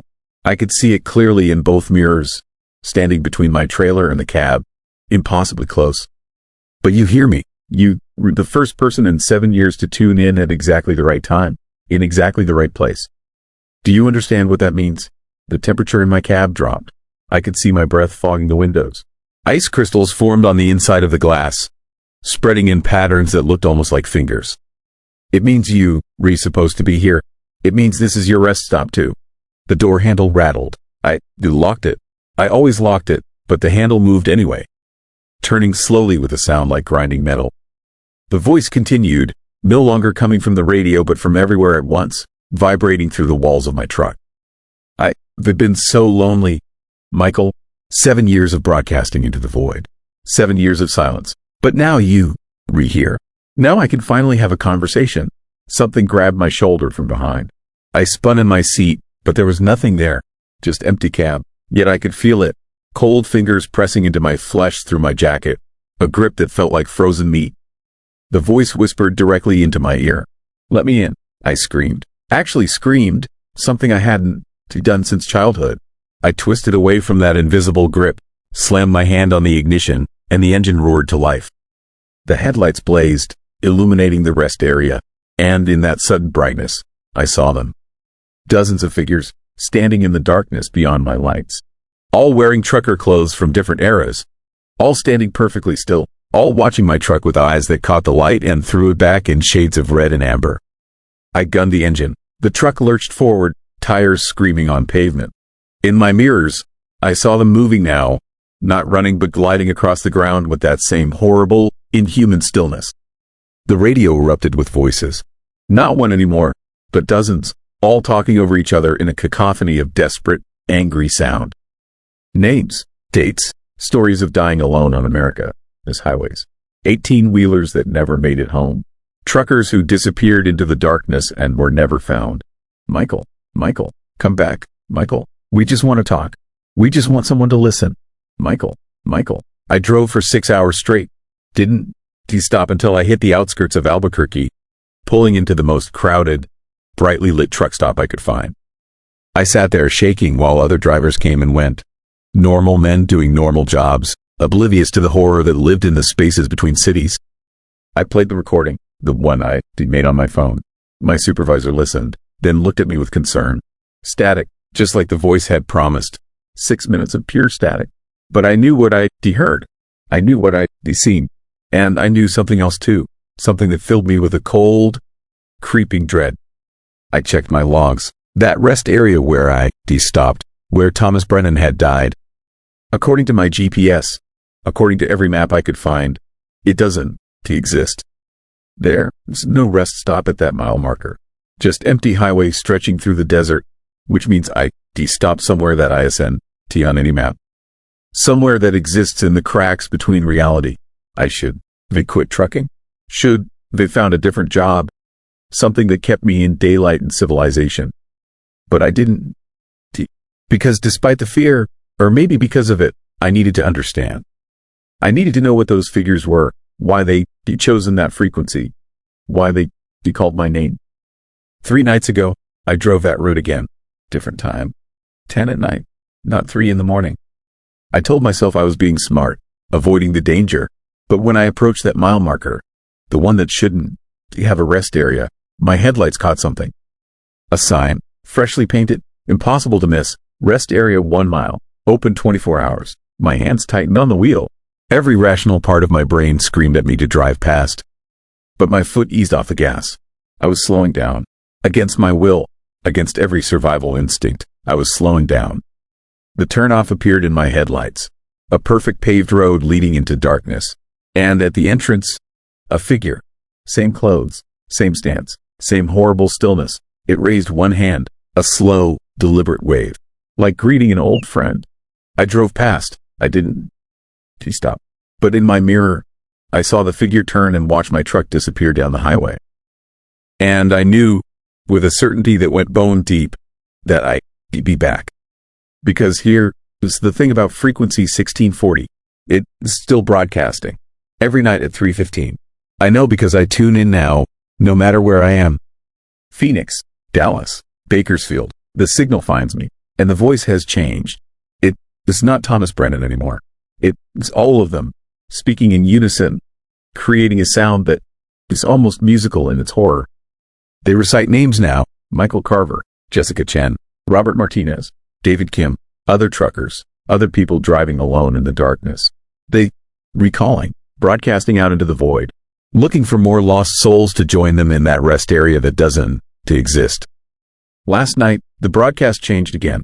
This time it was a question, repeated over and over with that same mechanical precision. When are you coming home, Michael? When are you coming home? And the terrifying thing, the thing that keeps me awake even in broad daylight, is that I'm starting to think of it as home. That rest area in the darkness. Those figures waiting in the shadows. The frequency that knows my name. I'm tired. So tired of driving alone. Tired of the silence and the endless highways and the feeling that I'm just marking time until something ends. The broadcast promises something different. Company, conversation, an end to loneliness. I know it's wrong. I know whatever waits at that rest area isn't human anymore, if it ever was. But every night, as 3:15 approaches, I find myself getting closer to that mile marker. My route keeps shifting, drawn by something I don't understand. Tonight, I'm scheduled to drive through Arizona again. Same highway, same stretch of desert. And I know that when I reach that turnoff, when I see that impossible sign glowing in my headlights, I want to drive past. I'll stop. I'll tune to 1641 final time, and I'll finally answer the question they've been asking. I'm coming home. If you be a trucker, or if you drive alone at night on America's forgotten highways, do yourself a favor. Don, to scan the AM dial between 3 and 4 in the morning. Don, to stop at rest areas that aren't on your map. And if you hear a voice speaking your name through the static, if you hear the sound of your own vehicle broadcast back at you, drive. Don, to stop. Don, to investigate. Don, to try to understand. Because some frequencies are meant to stay silent. Some broadcasts should never be answered. And some rest areas exist only for people who already stopped for the last time. The signal is still broadcasting, still calling names into the darkness, still waiting for the next lonely driver to tune in at exactly the right moment. Maybe I'll hear your name next. Maybe I'll be the one who can resist the pull of that creepy voice promising an end to isolation. Maybe I'll find yourself slowing down at a mile marker that shouldn't exist, seeing figures in the darkness that wave like old friends. And maybe I'll understand, finally, what I am only beginning to accept. That the most horrifying thing about dying alone on America's highways isn't the death itself. It's the loneliness that comes after. The endless broadcasting into the void. The desperate need for someone, anyone, to hear you, to stop, to listen, to stay. Frequency 1640 is still broadcasting. Every night at 3:15. And I am almost there. Story 10.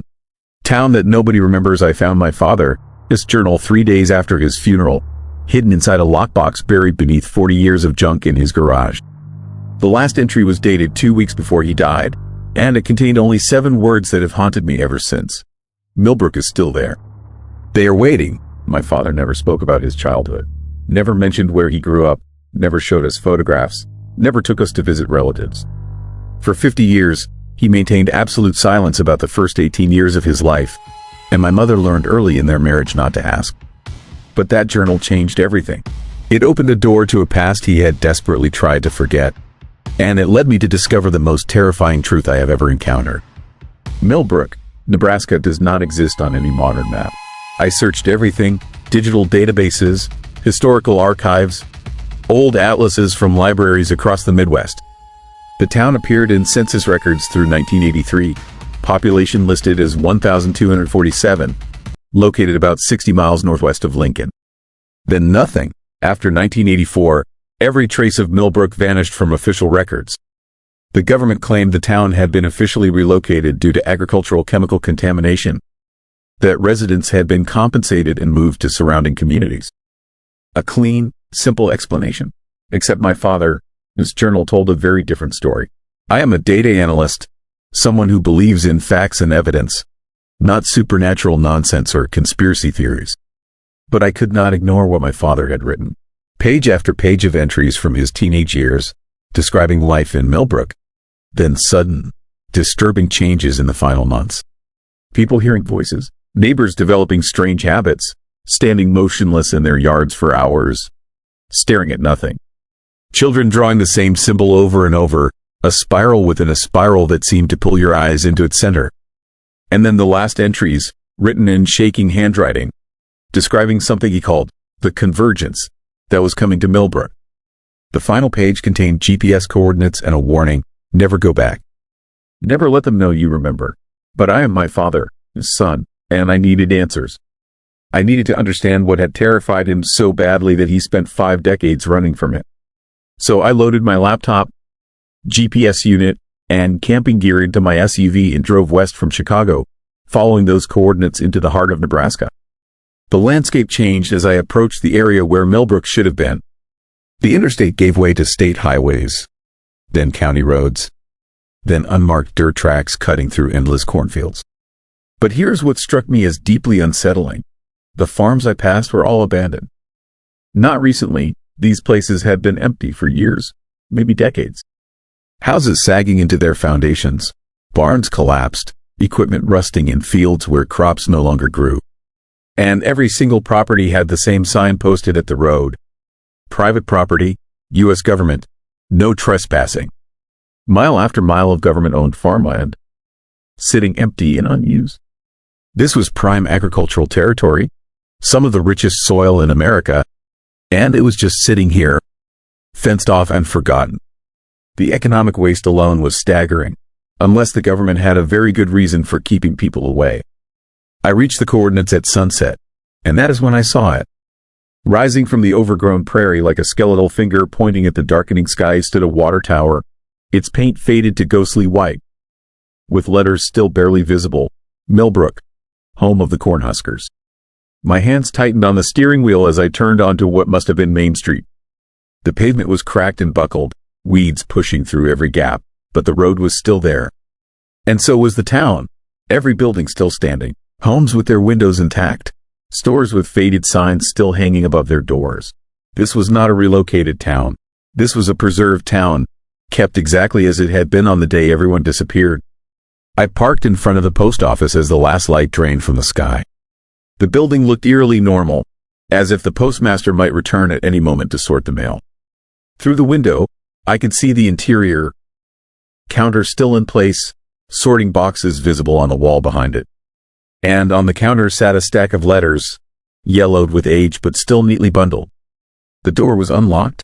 That should have been my first warning, my first clue to get back in my vehicle and leave. But I pushed it open and stepped inside, my flashlight cutting through the darkness. The smell hit me immediately, not decay or mold, but something else. Something chemical and wrong, like ozone after a lightning strike mixed with a sweetness that made my stomach turn. The letters on the counter were all postmarked March 1984, all addressed to people in Millbrook, none ever delivered. I picked one up, my hand shaking slightly, and saw it was from someone whose daughter at college. A cheerful note about finals and spring break plans, asking when she could come home. I wondered if she ever learned what happened to her family, or if she was told they had simply relocated and lost touch. I moved deeper into the town as full darkness fell, my flashlight the only source of light for miles. Every house I examined told the same disturbing story. Dinner plates still on tables, food long since rotted to dust. Televisions facing couches where families had gathered, children as toys scattered in bedrooms. But no bodies, no signs of violence or struggle.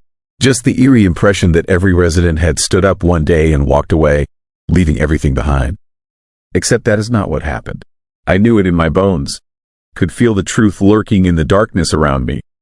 Something had taken these people. Something had made them leave, or had taken them against their will, and the government had covered it up with that convenient lie about relocation. I reached the town square and found what I had been dreading. In the center of the overgrown park stood a structure that had not existed in any of the old photographs I had found of Millbrook. It was made of metal, maybe 20 feet tall, a framework of intersecting beams and plates that formed a shape my eyes could not quite process. A spiral within a spiral, just like the symbol my father had described children drawing. But this was three-dimensional, massive, and it seemed to twist in ways that hurt to look at directly. And it was humming, a low, subsonic vibration that I felt more than heard, resonating in my chest, in my teeth, in the bones of my skull. The sound seemed to bypass my ears entirely and speak directly to some primitive part of my brain, the part that knew when predators were near, when danger was close. I approached it slowly, my camera raised, documenting everything. The metal was not rusted despite decades of exposure. It was smooth and clean, almost new-looking, and covered in markings that were not quite writing but not quite random either. Patterns that suggested meaning without revealing it. And at the base of the structure, set into the ground, was a spiral pattern carved into concrete. The same pattern my father had drawn in his journal. The same pattern that had appeared in the children's drawings. And now I understood what he had meant by the convergence. This thing, whatever it was, had been built or had appeared in Millbrook in those final months. And it had done something to the people here, changed them, called to them, taken them. That is when I heard the footsteps. Not the scuff of shoes on pavement, not the crunch of gravel or snap of twigs. These footsteps sounded wet, like bare feet slapping against stone, and they were coming from multiple directions, converging on the town square from every street. I spun around, my flashlight beam cutting through the darkness, catching glimpses of movement between buildings. They emerged slowly, stepping into the moonlight, and my mind struggled to process what I was seeing. They had been human once. I could see the remnants of that humanity in their general shape, in the clothes that still hung on their frames.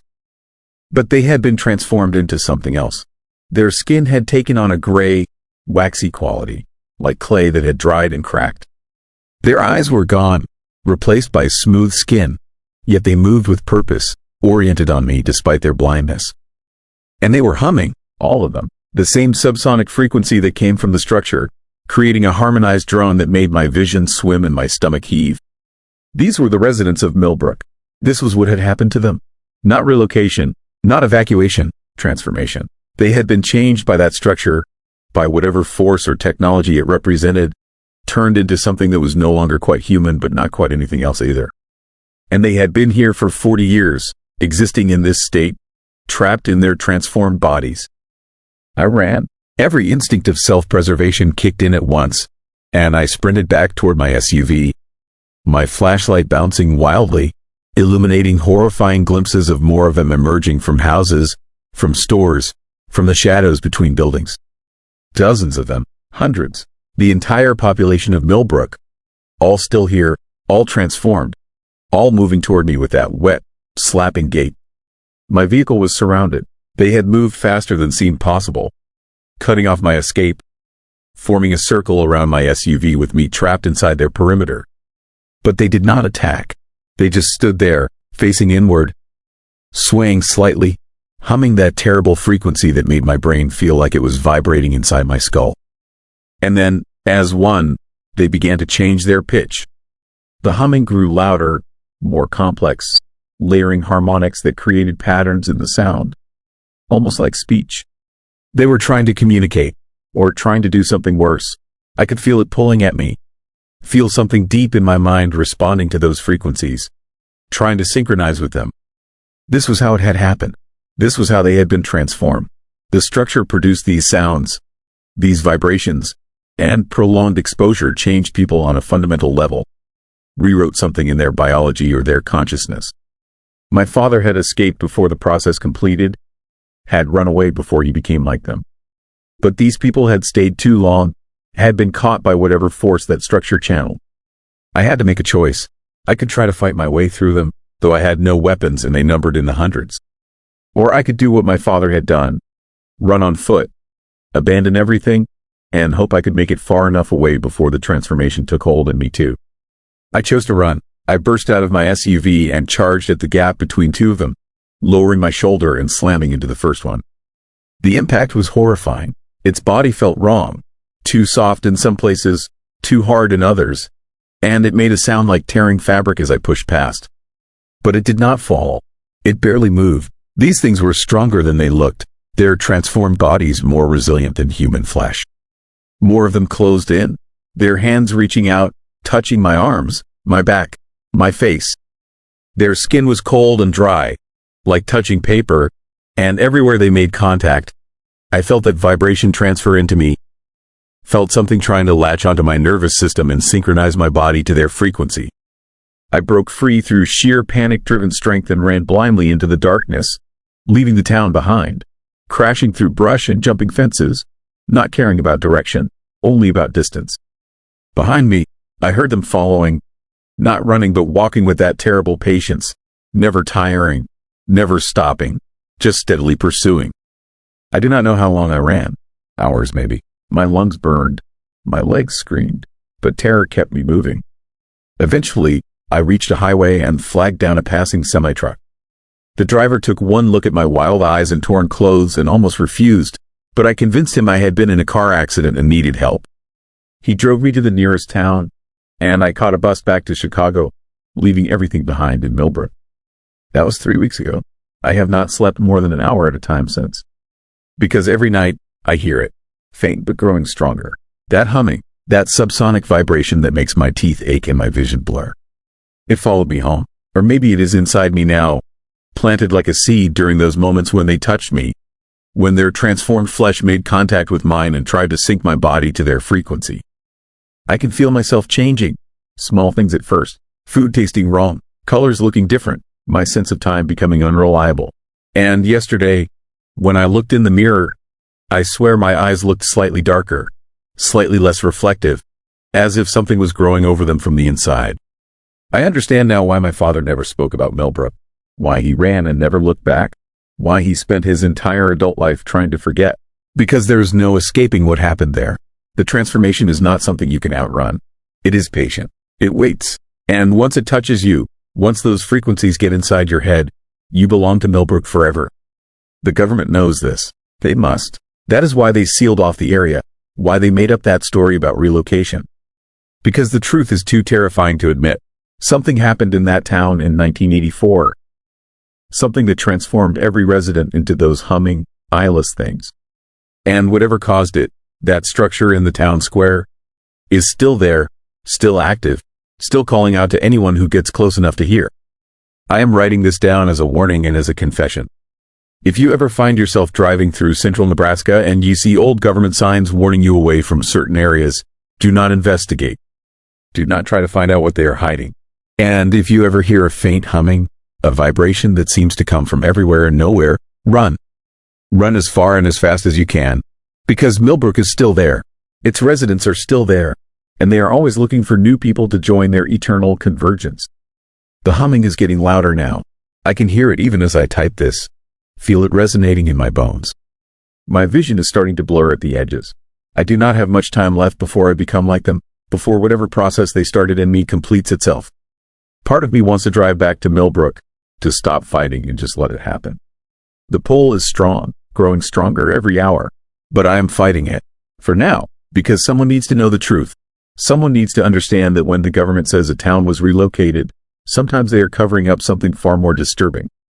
Sometimes they are hiding the fact that an entire community was transformed into something no longer human and left to exist in that state forever. Millbrook was not relocated. Millbrook is still there. And so are all of its residents, waiting in the darkness, humming their terrible song, ready to welcome anyone foolish enough to find them. I just hope I can post this before the transformation completes, before I lose the part of myself that remembers being human, before I become one more voice in that endless, horrifying chorus. The humming is so loud now, so very loud, and I am starting to understand what it is saying. Some towns were forgotten by maps. Others were forgotten on purpose. If these stories stayed with you longer than they should have, you already understand why we keep listening. This is Vesper Shroud. New true horror stories are waiting. Quiet ones, disturbing ones, meant for those who do not look away. Subscribe, and return when the night feels too silent.